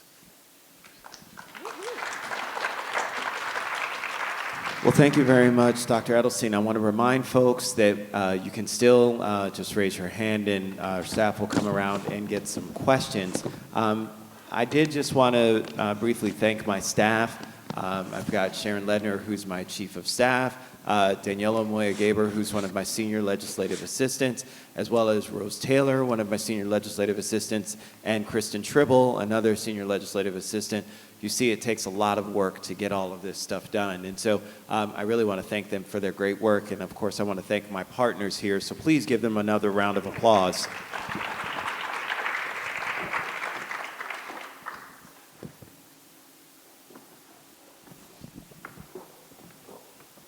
All right, so I'm going to start off with one of these. I'll start off with the very first one. It says, "We library lovers, thank you for your longstanding support and in particular your recognition tonight of our libraries as an important part of education in Montgomery County." And so let me just say, yes, and it's more of a comment than a question, but let me just say, an integral part of what goes on in terms of how all of this is successful is through our libraries. I can't tell you enough how, especially our folks who do not have, I remember when I was growing up, I had Encyclopedia Britannica at home. And my parents were fortunate enough by having a mom who was an educator and having two parents that worked. They were able to buy those for me, and that was tremendous because it enabled me to open up so many different avenues in terms of just learning about different kinds of things. I'd flip open a book and just read about a subject. Well, we have to understand and realize that that's not afforded to everybody in our community. To be able to have a laptop is something that is not given to everyone in our community. And so having internet access and a computer to use and how to do homework and getting homework help. I'll tell you a great innovative program that was at Germantown Library, and I'm sure it's at other places, but we actually have high school students who set up a program, homework helpers, and they actually tutor grade level children. And they bring them in. It's just completely, so the library provides the space. The high school students are doing the work in terms of helping, and the parents bring them in, and then they do other work as a part. It's supportive. Then they attend some of the other library programs. These are the innovative things that are being done in our community, folks. So when we talk about the title of this program, the State of Education in Montgomery County, I hate to sound like a presidential State of the Union address, but the state of education in Montgomery County is strong. It is. But the reality is that we can still do so much better. So Craig, let me mention that USG is also a site for the Master's in Library Science degree, which is offered by University of Maryland College Park. It is their first off-site location, very popular degree, and we're producing the next generation of librarians in the county and the region.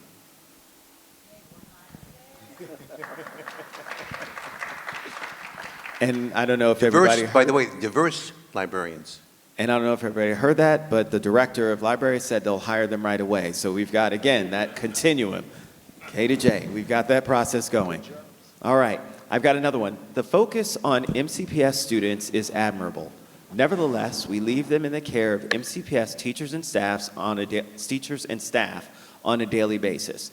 Dr. Smith, can you please comment on the health and well-being of MCPS teachers and staff? What specific activities, programs, initiatives are planned to enhance their professional development and increase retention, especially when it comes to male teachers at the elementary school level? Sure, those are all critically important points. And one of the goals of our school system is to increase the diversity of our staff, both in race and culture and language, but also in gender and all of the other areas. And it's just absolutely critical that we consider how we can better support our educators in every role in every school building. It's critical. So we've had a lot of conversation, and we've begun some work. Because it's such a large organization over years, lots of things have been done and have been layered in different places. And we've begun some work during this school year to try to pull that together and bring some coherence to it. Last year, we launched our Be Well 365 for students, and that looks at the physical, social, and psychological well-being of students. And That's getting a tremendous amount of work and attention right now across the system. I see it and hear it everywhere I go, and the idea about how we do that. And now the second phase of the work, it will really be around how we support adults to support students. A lot of our work around professional development is beginning to integrate things so that when I, as an educator, go into a room, and by the way, I'm an experienced, credentialed teacher. That's my job. I'm a teacher. I happen to be doing it as a superintendent right now. But the fact is, when I go into a professional development experience, I should have an opportunity to have a fully integrated experience, not a discrete. So if I'm going in to learn about how to teach writing of this type as an English teacher, then part of that should be understanding and knowing who my students are culturally and their cultural proficiency. What do I need to know about the students in front of me? A part of that should be, how do I recognize and understand my own biases just as a human being? A part of that should be, how do I help students think about their own health and well-being through practices like mindfulness, and about their social relationships through restorative practices.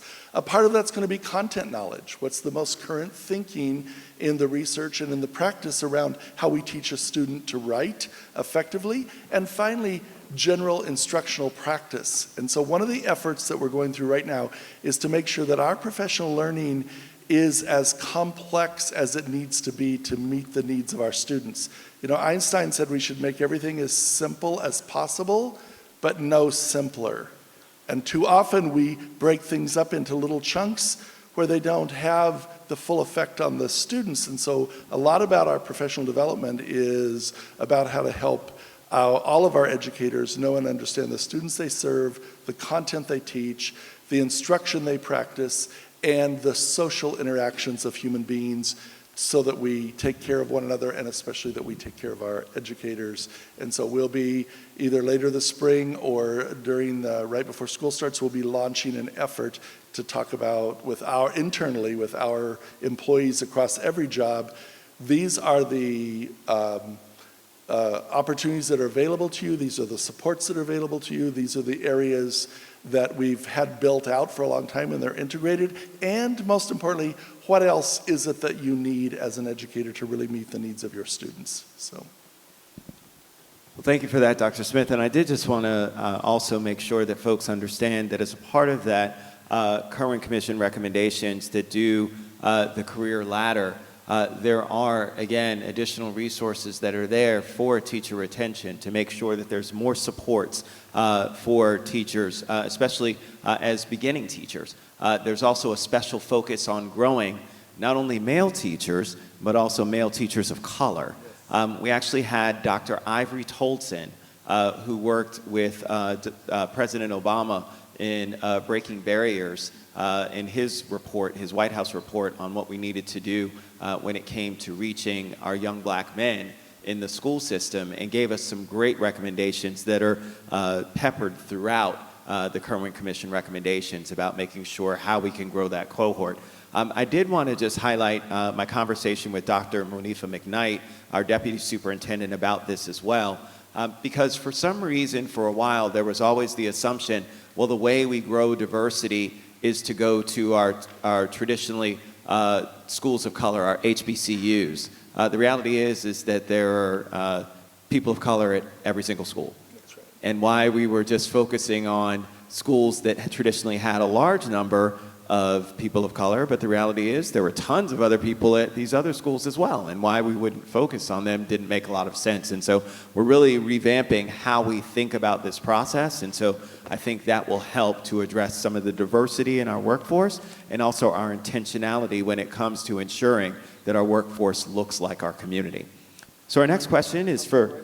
Can we have Dr. McKnight talk just a little bit about an initiative she's leading to reach out to all those other colleges? This is Dr. McKnight, now you got to come up on stage. I'd like you to hear about how she's connecting with literally dozens and hundreds of colleges across the eastern half of the United States, and building systems digitally and personally to make sure that we do this. And Dr. McKnight is the deputy superintendent for the entire school system. She's not just in one area, so we work together every minute of every day, but she's leading some great work. So if you could just share a little bit about what you've been working with in that area. So good evening, everyone. How are you? So this is a topic I could talk about all night, but I won't. I'll just take a few minutes to just quickly capture a few things that we've been doing. So we've been at first acknowledging the fact that in working with many of our university partners, their challenge is our challenge. Our challenge is that we're trying to attract, recruit, and retain teachers for our students. And one of their issues that they're working on is how do we get educators coming through our programs when there's so many other programs that have really just been expanded over time in areas in which, you know, students are really looking at for career options instead of education. And so what we've been talking about is how do we combine our efforts to get students interested in going to the path of education and then coming back to serve in the school system. And I'll give you just a quick few examples. So with some of our universities we've been working with, it is how do we actually get students who are currently in MCPS who are interested in going to education, interested in having a conversation about what that looks like before, and then us actually having the opportunity to build partnerships with the universities to say, okay, we want you in our program, and in our program we'll give you exposure to travel across the country and see what education looks like. We were just meeting with Bowie State recently. They brought in a slew of students who shared with us, you know, they had tours in Italy and other places just to look at the educational system and how it brought a lens back to what they could do differently about their work here and learn from that. And so the universities have an opportunity to share and provide that opportunity for students, and then they go through their programs. We're mentoring those students while they're in college.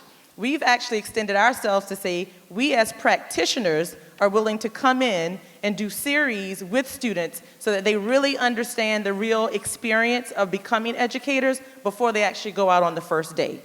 Vice versa, we've said to the staff, so since we're partnering with you as university partners, we also want to leverage the opportunity for you to serve as professional development coordinators for our teachers. Based on different things that are coming out about pedagogy and all of that. And so those partnerships have allowed us to really have exposure and give our students opportunities to go and visit the campuses. I don't know if many of you know about our BOND program, which really focuses on mentoring and supporting a diverse group of male educators to go into the profession and serve in MCPS. So we have one opportunity happening this spring where BOND, we invited them out to go on to a university meeting with us, and so they're going to be taking students over to the universities to actually do like field trips to get exposed to the programs, and those are students who we hope enroll into those programs and then come back into MCPS as our teachers. So our goal is to make sure we're building and planting those seeds early before our students have to say, what do I want to do? And for us to really introduce them to pathways that may be beneficial to them. So again, I said I would keep this brief to a couple of minutes, but I just wanted to give you just a little bit of an example of some of what we're doing to, one, diversify the profession, and two, make sure we attract, recruit, and retain the most highly effective people to serve our children. It is really the critically most important thing that we can do. We depend on our students to build out all of the challenges in this world that we have to live in and that we have to focus on for the next few years. And so to have a staff who's willing and able to do that is incredibly important to our future self. Thank you. Thank you very much, Dr. McKnight. That was awesome. All right, so our next question is for Dr. Smith. It's for you and I. I'm going to take the first part, and then I'll throw the second part to you. This is about SROs in middle schools. And so there's actually two questions. One says, what is the status of increasing the number of SROs in our schools, especially middle schools? And then this other one, it's a two-parter that's for you, Dr. Smith and I, says, please explain the supplemental appropriation state grant funding for that purpose. And then, Dr. Smith, the question for you is how schools are chosen to be assigned for an SRO, primarily middle schools, and what if the community says, no thanks, we don't want an SRO, what happens in that situation? So let me first start off with a little bit of background on the School Resource Officer Program. Maryland passed in 2018 the Safe to Learn Act, and when that was passed, it mandated that there would be a school resource officer in every single one of our high schools. What it also said is, and then there needed to be appropriate coverage for every single one of our other schools in the district. What does that mean? Well, that's a question for interpretation. When we first heard about the bill that was passed, and this is now law, we were concerned because none of the school systems besides Baltimore City, who has its own police department in schools, and then I think there's one other who also does the same jurisdiction, who has police officers in every single one of the schools, but nobody else does. And so that would have been a tremendous cost expense. And so folks were very concerned about what something like that may look like. I will tell you that one of the things that a lot of folks don't realize, and so I just want to share with you, is that our school resource officers, even though they are assigned to high schools, go to each one of our cluster middle schools as well as elementary schools. They're not there 24/7, but they meet with students, they meet with the administrators, they meet with staff. They're there to provide a resource for the students. They help and participate in some of the fire drills and other kinds of emergency preparedness and readiness drills. They do all of that. And I've seen it in action. So I promise you, even though you may not know, a school resource officer has been to every single one of the schools that's in Montgomery County. And they try and do that to establish a relationship with our children. So as far as the supplemental appropriation goes, what we found was that we were actually having our officers continue to do and go and be involved in these kinds of specialized programs, and we were running into overtime costs. And so the supplemental appropriation was designed to help to offset the existing practice that we had for some of our folks that were going into middle schools and elementary schools, by the way. But then also, in addition, it was designed around how best to ensure that we have smooth, adequate coverage. Right now, Montgomery County has a school resource officer in each one of our high schools. And then we have a few middle schools. And so the question was, how do we then make sure that that coverage is there that's provided as a resource for all of our schools so strategically placed? So that's what the supplemental appropriation was about. There's a lot of folks who expressed some concerns about us expanding and having a school resource officer in every single one of our schools, in our elementary schools, and they're going to be walking around policing the hallways. That is not what the purpose of the school resource officer program is. And so I just want to share with you an example.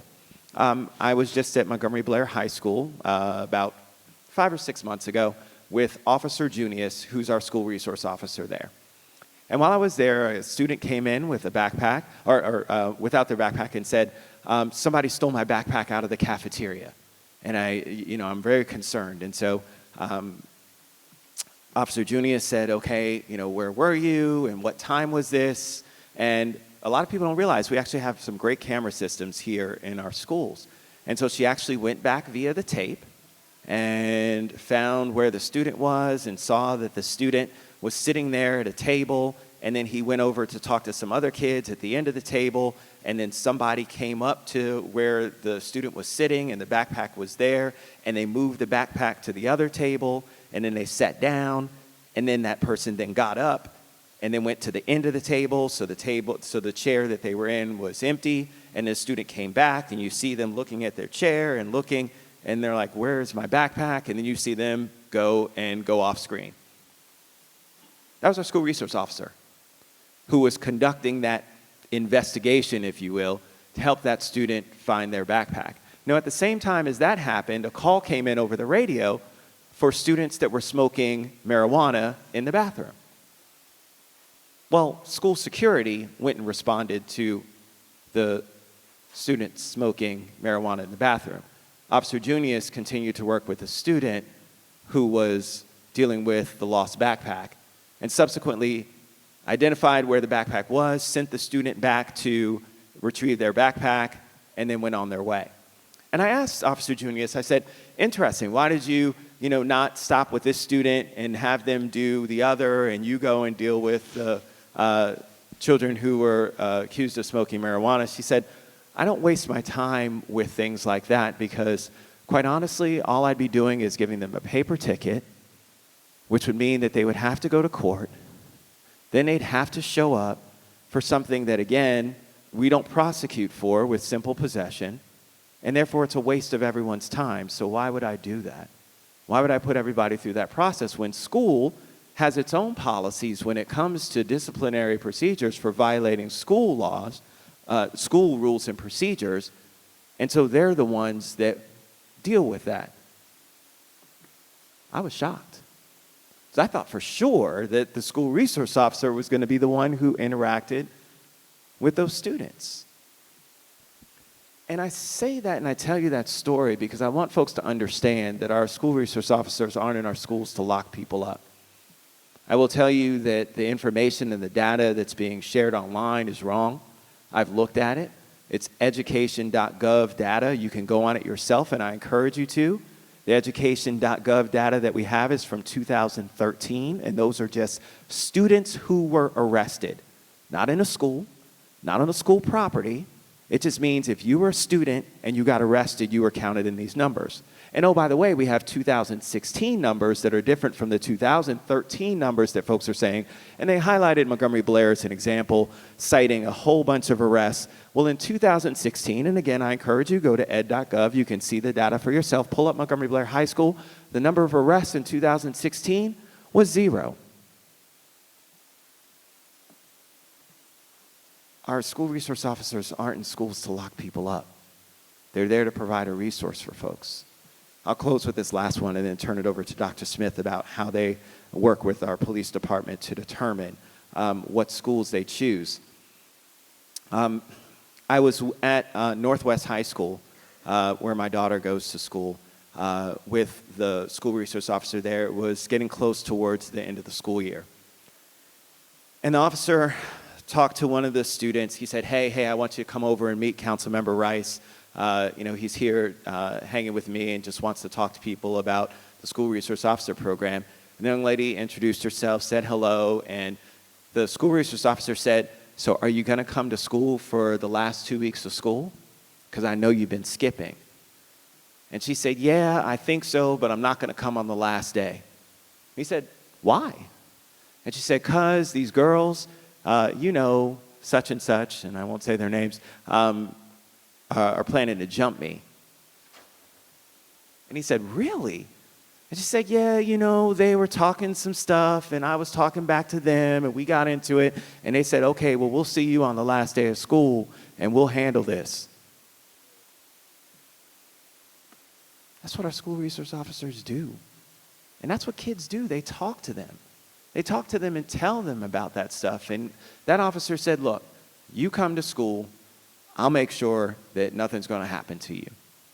You just make sure you show up because I want you to make sure that you don't have too many absences and end up suffering as a result. Those are things you aren't going to read about in the paper. You're not going to see them on the news. But those are the things that happen each and every day with our school resource officers. That's why I believe in the program. I've got 2 daughters that are in Montgomery County Public Schools right now. I wouldn't want anybody that's in a school that's going to make my daughters feel unsafe. In fact, I want the exact opposite. I want to make sure that they're in a place where they feel safe, where they feel as though there are as many people they can talk to as possible, and everybody will choose. That young lady could have talked to the cafeteria worker instead of the school resource officer, and I'm not guaranteeing you that it will always be the case that the person talks to the school resource officer. But if we can provide as many caring adults who are willing to listen and engage with our students, and who also can play a part in shaping a relationship that we need to have between our police department and our greater community, that to me is a plus.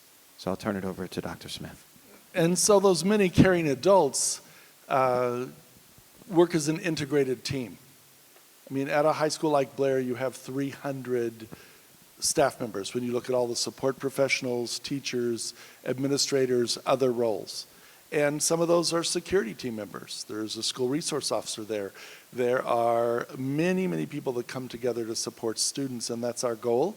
And actually, the stories you just told, Councilmember Rice, There are thousands and thousands of those all the time, relative to the kinds of stories that cause people to become very upset and become very notorious in our society about things that happen. And so I would just say that I read the serious incidents every single day, all of them. I get every one of them every day. And it's an amazingly small number of incidents, and many of them are that an ambulance arrived at a school because a student had an allergic reaction. All sorts of things happen. But the fact is that we have literally thousands and thousands of adults who care about kids every day across 208 school sites, and some of those are school resource officers. And it's actually a very small number of them.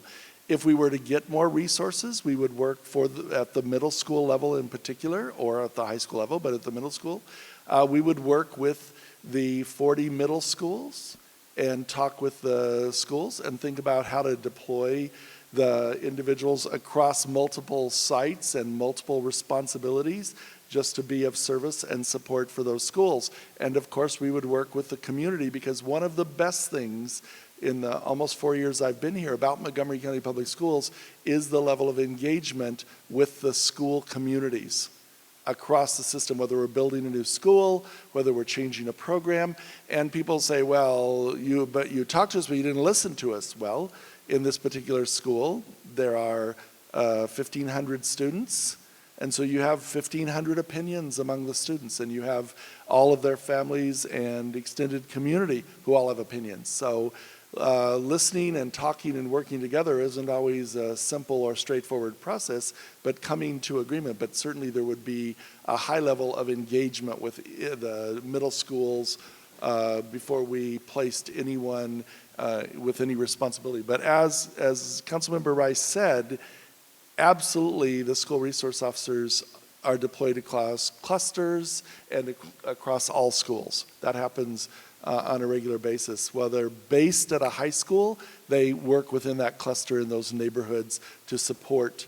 One of the primary things they do often is, and this isn't something we like to hear, but you all know it, is deal with conflict among adults in the community that wind up happening in the front hall of the school building or in the parking lot of the school building.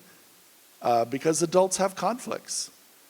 Family conflicts, neighborhood conflicts, business conflicts, and a lot of those, it's a relatively small number, but it's one of the things that is most common that happens that I read about every day among adults. So at the end of the day, we are the people our children look to for the model.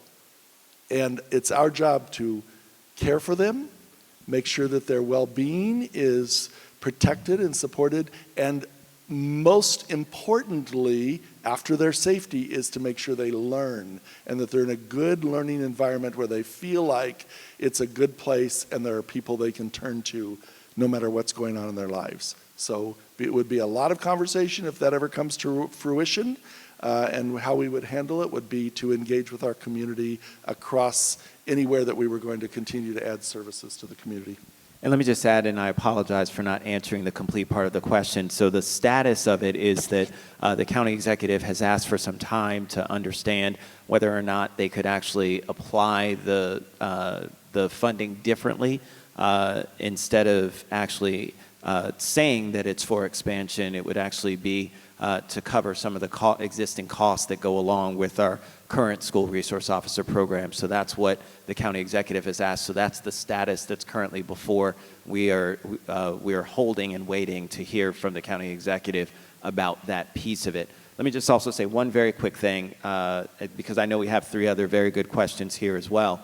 When it comes to the school resource officer program, we are asking for an opinion that will give us guidance as to what the coverage question means. It's something that many jurisdictions have been asking, and so we'll have a much more definitive answer that will be there for the community about what the state law truly means for us in terms of responsibility. And so we should have that shortly for the community as well. But I agree with Dr. Smith that even so, anyone who is concerned about school resource officers in their schools, I encourage you to go and talk to your school resource officer that may be at your high school or that even may be at a middle school. I encourage you to talk to them and talk to them about your concerns.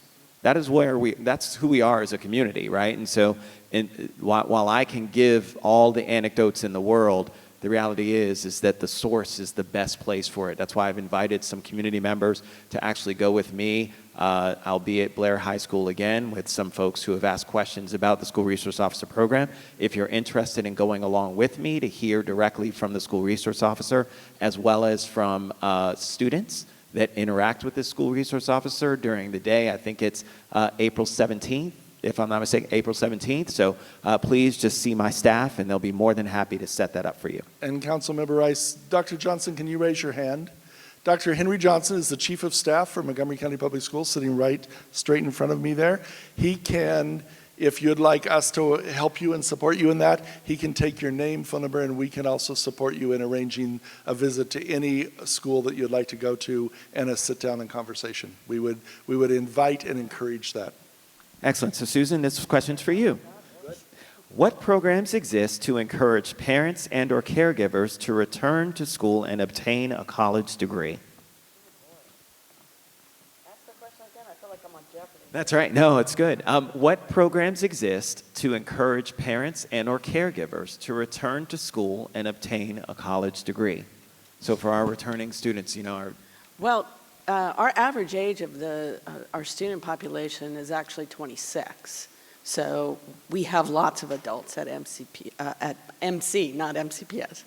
And then the average age of our students in our training programs, our certificate programs, is actually 38. That's why I looked at Jack earlier and about our automotive technology programs. We need to, in fact, lower that age and get more high school students in our training and certification programs. We have a number of programs through TRIO, our Educational Opportunity Center, our Refugee Center, where we are looking at adults regularly and trying to find ways to help them have pathways into the institution. The Education Opportunity Center is actually funded through a federal grant. We received the grant, and these folks help you access MC or the University of Maryland. Their job is to help you find that right pathway for you as an adult learner.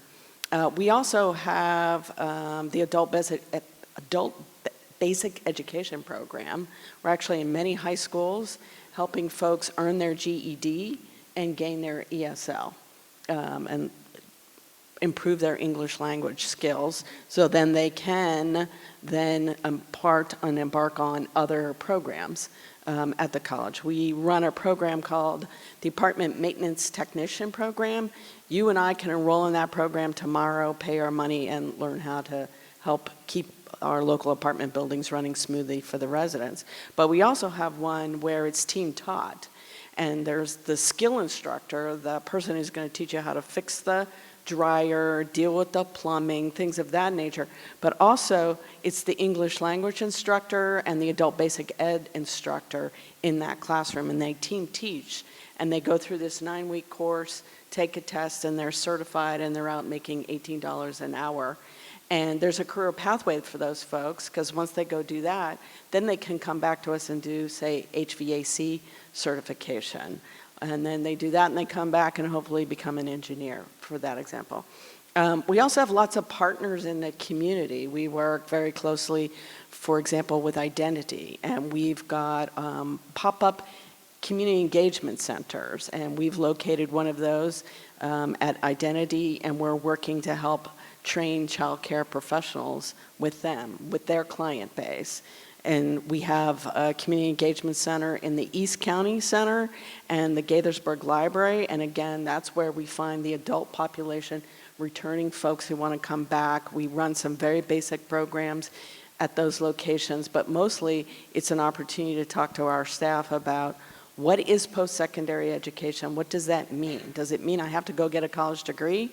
Or can you help me get some training and get a job? And we have those kinds of conversations with them. And yeah, and then also about scholarship opportunities as well that make it affordable. That's one of the things. Oh, sure. That, so we have the Montgomery College Foundation, which works really hard to raise money to provide scholarships. The Leggett building is named after Mr. Leggett because when he retired, for example, we threw a big party and all of his friends and family members and champions of his career joined us, and we raised $2 million for scholarships. Career Tracks helps us. We have, I'm drawing a blank on another one of our big partners, but folks like Shade Grove tell the gospel of Montgomery College too. So we try to be in different places. We hold events at Wheaton Mall, for example. We have financial aid nights, so we try to be out there. So we have 10,000 support professionals, bus operators, front office staff, building service employees, food and nutrition employees, paraeducators. 4 years ago, we had about 2 to 3 dozen of those individuals engaged in working toward a bachelor's degree and a teaching credential. We're up in the hundreds now as we have built out systems to increase the number of opportunities. And now we're building a system so that substitute teachers can also join that. And so if they come in and start subbing for us and they find they want to do this on a regular permanent basis and get the credential and the bachelor's degree necessary to do it. So that's a commercial if you know someone, and if someone holds a bachelor's degree, then we can help them come in as a substitute or come in as what's called a provisionally certified teacher. And especially in our hard to fill areas like language areas, STEM, science and math areas, special education areas, and then move right into it. And in a relatively short amount of time, in somewhere between 2 years and 4 years at the most, they can be fully credentialed and fully engaged in that pathway. And of course, they can go anywhere in the country then and work, but we want them to stay in Montgomery County if they'll please do that for us. But we're eager to reach out to the 1 million people in this county and help them become educators if that's what they desire. And this summer we're going to expand that to other hard to fill areas like computer science and things we need in the system and give people opportunity. So I'd be remiss if I didn't give Mr. Rice a shout out. So our apartment maintenance technician program that I talked to you about is actually free to the students who participate in that program. The county council graciously gave us about $200,000 a couple of years ago, and we used that money to continue to build on the grants and philanthropy we had gotten initially to stand up that program. And I mentioned the Refugee Center. They again, help find an array of services in the community for some of our newest Americans, and they help populate programs like this apartment maintenance technician program.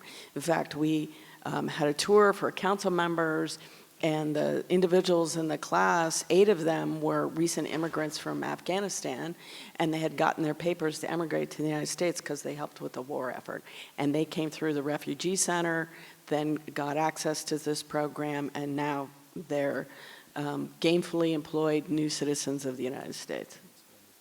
Hear, hear. So I have a testimonial that I'd like to read. It says, I am an audience member here tonight. I'm a proud graduate of MCPS in the ESOL program and a graduate of Montgomery College with an AA degree in 2005. Both of my sisters also graduated from MCPS and MC, and my mom is taking classes at MC right now. As a student at MC, the library was not a boring, dead place, but very much alive with access to technology. It was a student meeting point. It provided networking in between courses, after classes, and on Saturday mornings. Please increase its funding to ensure MC students and the community and county are best served. So thank you very much for that testimonial about the support of our libraries at Montgomery College. And of course, I'm sure that also applies to our libraries throughout the county. So thank you for that. If I could just add to that for a second. Thank you. I appreciate that, and libraries are awesome. And I would just say we had a gentleman just testify at the capital budget hearing, and he talked about his experience at MC, and then he talked about a classmate of his who now heads up a technology company here in Montgomery County, and the first time he was exposed to technology was at Montgomery College in our library. And now he runs a tech company here in Montgomery County. You can't ask for better than that. And I'm Changing sure he's an lives. MCPS grad, so. So this is a question that actually involves all of you. Oh, boy. And the paradigm, as we talked about, from MCPS to USG. How is Montgomery County encouraging students to take the MC to USG pathway when messages from most high school students are that you go to a four-year college option as the only way? At the, especially the middle and high school level, but even starting the elementary, our message now, and we're trying to shift this message because that the writer of that card is right, that there was a time not too many years ago, not only in Montgomery County, but in the state, that somehow that was the measure of success. If you didn't go to College Park or Towson or University of Delaware, that you weren't quite as successful. And that's nonsense. And so we've really worked with our counselors, our parent community coordinators, our staff across the system, our administrators, to change that message and to make sure that we do that. And so you saw some of the videos that we showed tonight. We have many, many that show the pathway. We work with college tracks. We work with the ACES program. All of those things. There's absolutely nothing wrong with graduating and going off to a four-year college. That's a great thing to do. It's also a great thing to do to graduate and go off to work at the Ford dealership for $65,000 a year as an 18-year-old with certifications you can get completely paid for by MCPS right here at Edison and soon to be at Seneca Valley and also at Gaithersburg right now. It's also great to get an AA degree while you're in high school or right after you finish. All of those are absolutely success stories, and we've tried to shift that narrative completely in the system, and we'll keep pushing it, and it's growing, and we see it because the numbers show us we see it, and then we hand our wonderful students off to the two folks here. So for us, I think it's just being out in the community and talking. Part of the reason the slide deck had pictures of our alumni is to show you that you can come to MC and be what you want to be. You can get your dreams fulfilled through this pathway, right? There's an array of opportunity here, and I know we often talk with a lot of data and stats, and I can tell you how many students we got and how old they are, but we really started thinking about when we talk about the college, we have to tell our students stories, right, to help people understand who our students are and what their needs are, but we need to start talking about our alumni. They enrich the life of this community, and we helped put them on that pathway, the three of us together, our three institutions. And that's why I wanted you to see their pictures, hear their name, and hear their job title, right? Because you can do what you want to do with your life through our institutions. And I think we have to help more parents see that. On the other hand, 50% of the students who graduate in May from MCPS are in our seats in the fall if they're staying in state to go to college, right? Having said that, I would like it if Mr. Rice gave us more money for recruiters because we got five recruiters. It's hard to tell your story when you only got 5 recruiters, right? So, and more community engagement specialists, those folks that are out in our doing the pop-up centers at Identity or at the Gaithersburg Library or at the East County. There's a gospel to be told. We are ready to tell it. And you can see the proof by looking at the faces and names and the job titles. I mean, you think about Saul Graham. He has a bootstrap to success story, and he did it through the system, right? And he's gone on to big success, and he's a major philanthropist in this county, established his own business. His daughter now runs that business, and they give back to this community in time, talent, and treasure. So the pathway through us is not because you can't succeed anywhere else. It's because we can put you on the pathway to where you want to go.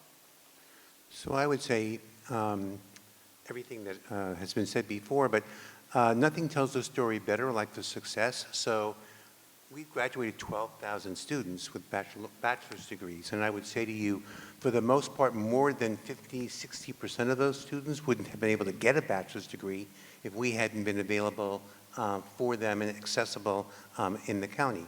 That's one thing. The other is that, you know, the world of work and the world of education are changing dramatically, and there is no traditional student pathway any longer. People who come to us, they need to work. They're supporting themselves, they're supporting their families, they need local access. They come to us because we get them a good education from a quality university, which gets them a job. They want to be working in Montgomery County, so they see the pathway as something which helps them achieve what they want to achieve. So yes, we're out there promoting the pathway, but the pathway is promoting itself because the world of work is requiring it. Well, if I could add, when you said traditional student, that reminded me, our students are the traditional student. My kids who went to, right after college, to a private liberal arts four-year school, that's the non-traditional path. The majority of undergraduates in this country are at your community colleges. We are the traditional path. I think sometimes we forget that here in Montgomery County because, you know, we're Lake Wobegon. Well, I would say Right. to you, there are about 130 students, 30,000 students in the university system across all the campuses. 2/3 of those students are community college students. They didn't start as freshmen. They started in the community college and they transferred to the universities that are in our state. So this issue of there's one pathway, you go into college after you go to school and graduate from MCPS or one of the other public K through 12s, it's just not the case any longer. And I think that Jack said this earlier, trying to expand students' minds to the career and technical ed pathway is really where we need to do work here in Montgomery County.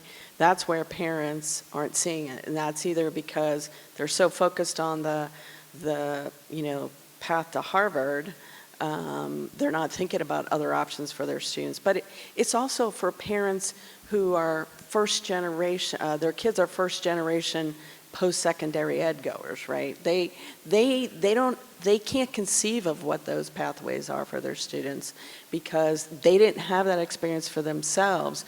So I think we've got to figure out how to open up, you know, the multiple doors. If you could think about like the old let's make a deal and the different doors you had behind you, and here's door number 1, door number 2, door number 3. All of them are available to you. You can succeed at all of them. They all will take you and change your family's trajectory. Just take that step and go through the door. I would say one more thing. What we're doing is the future. This is what all of our education institutions are going to need to focus on, is these pathways and providing opportunities which students can come in and out of as they need it, as the education is going to be in their lives for their entire careers, because the world of work changes, the skill sets change. We need to adapt to what our workers and our students need for us to do for them so they can be successful their whole lives. And I'd just like to close by saying that, we'll close for this question, that certainly it's one in which that's the reason why we have this forum. We want to educate people about what's going on and the change in the continuum about education. Now, I wish that all these seats were filled, but we're recording it. We're going to put this online. We're going to put this out there. And like I said before, I hope that people share about the innovation that's going on when it comes to how we're addressing education here in Montgomery County. It truly is something that is remarkable in terms of the change that we've been able to enact in terms of our the pathways that we originally used to lay out when I was in school that said everybody had to go to a four-year institution to be successful. And not only that, but if you weren't in MIT or Harvard or Yale, you were a failure. Well, the reality is that a lot of those folks, my friends who went to those schools, are still paying off their debt right now, some 30 years later. That's crazy. I mean, when you think about it, they borrowed money, and if you think about it in just in terms of if you didn't have the money to pay, and you paid $40,000 a year, right, times 4 years, right, $160,000, right, that's half of your mortgage. amortized over and financed over a certain period, and assuming you're not paying a mortgage payment for your student loans, you're at the point where you're 30 years payoff. I mean, these are the kinds of things where we really are making a change in terms of that dynamic that has an affordable pathway to reaching whatever career you want to. So we have our last one that's a testimonial. It says, I am the president of the Lincoln Park Foundation and a recent retiree from the federal government as a health statistician. I'm also an alumni of MC and thankful for the opportunity afforded to me to move from this paradigm of pre-K to jobs. I also want to thank you for supporting the FY21 capital budget of Montgomery College to design the Student Services Center, which will include the library, all to be held in one place. So, I want to say thank you. This has been amazing in terms of telling the story about who Montgomery County truly is, redefining some of the assumptions, making sure that we're educating people about the great work that continues to go on when it comes to making sure that all of our students and all people in Montgomery County have great opportunities to ensure their own personal success. We never are able to shape what that success is or tell folks what that should be for them. But giving them the ability to choose, giving them the ability to decide what pathway works for them, and providing them the resources and support to make that happen is truly what a supportive community is all about. And so I want to thank each and every one of you, because this couldn't happen without community support and engagement. Of course, obviously through your tax dollars, but also through you engaging with us and guiding us in a pathway. This didn't happen alone because we just thought of all these great ideas. These came from the community. These came from folks insisting that we do things different, and we make sure that we were answering the clarion call of how we do better for all of our constituents. And so we really should all be proud of the model that we now have before us, a model that will continue to evolve and work even better for all of our students. So I really want to thank my partners, Dr. Jack Smith, Susan Madden, and Dr. Stu Edelstein. Please give them another round of applause. Thank you to each and every one of you. Please be safe. Get home safe this evening. Have a great night. Thank you, guys.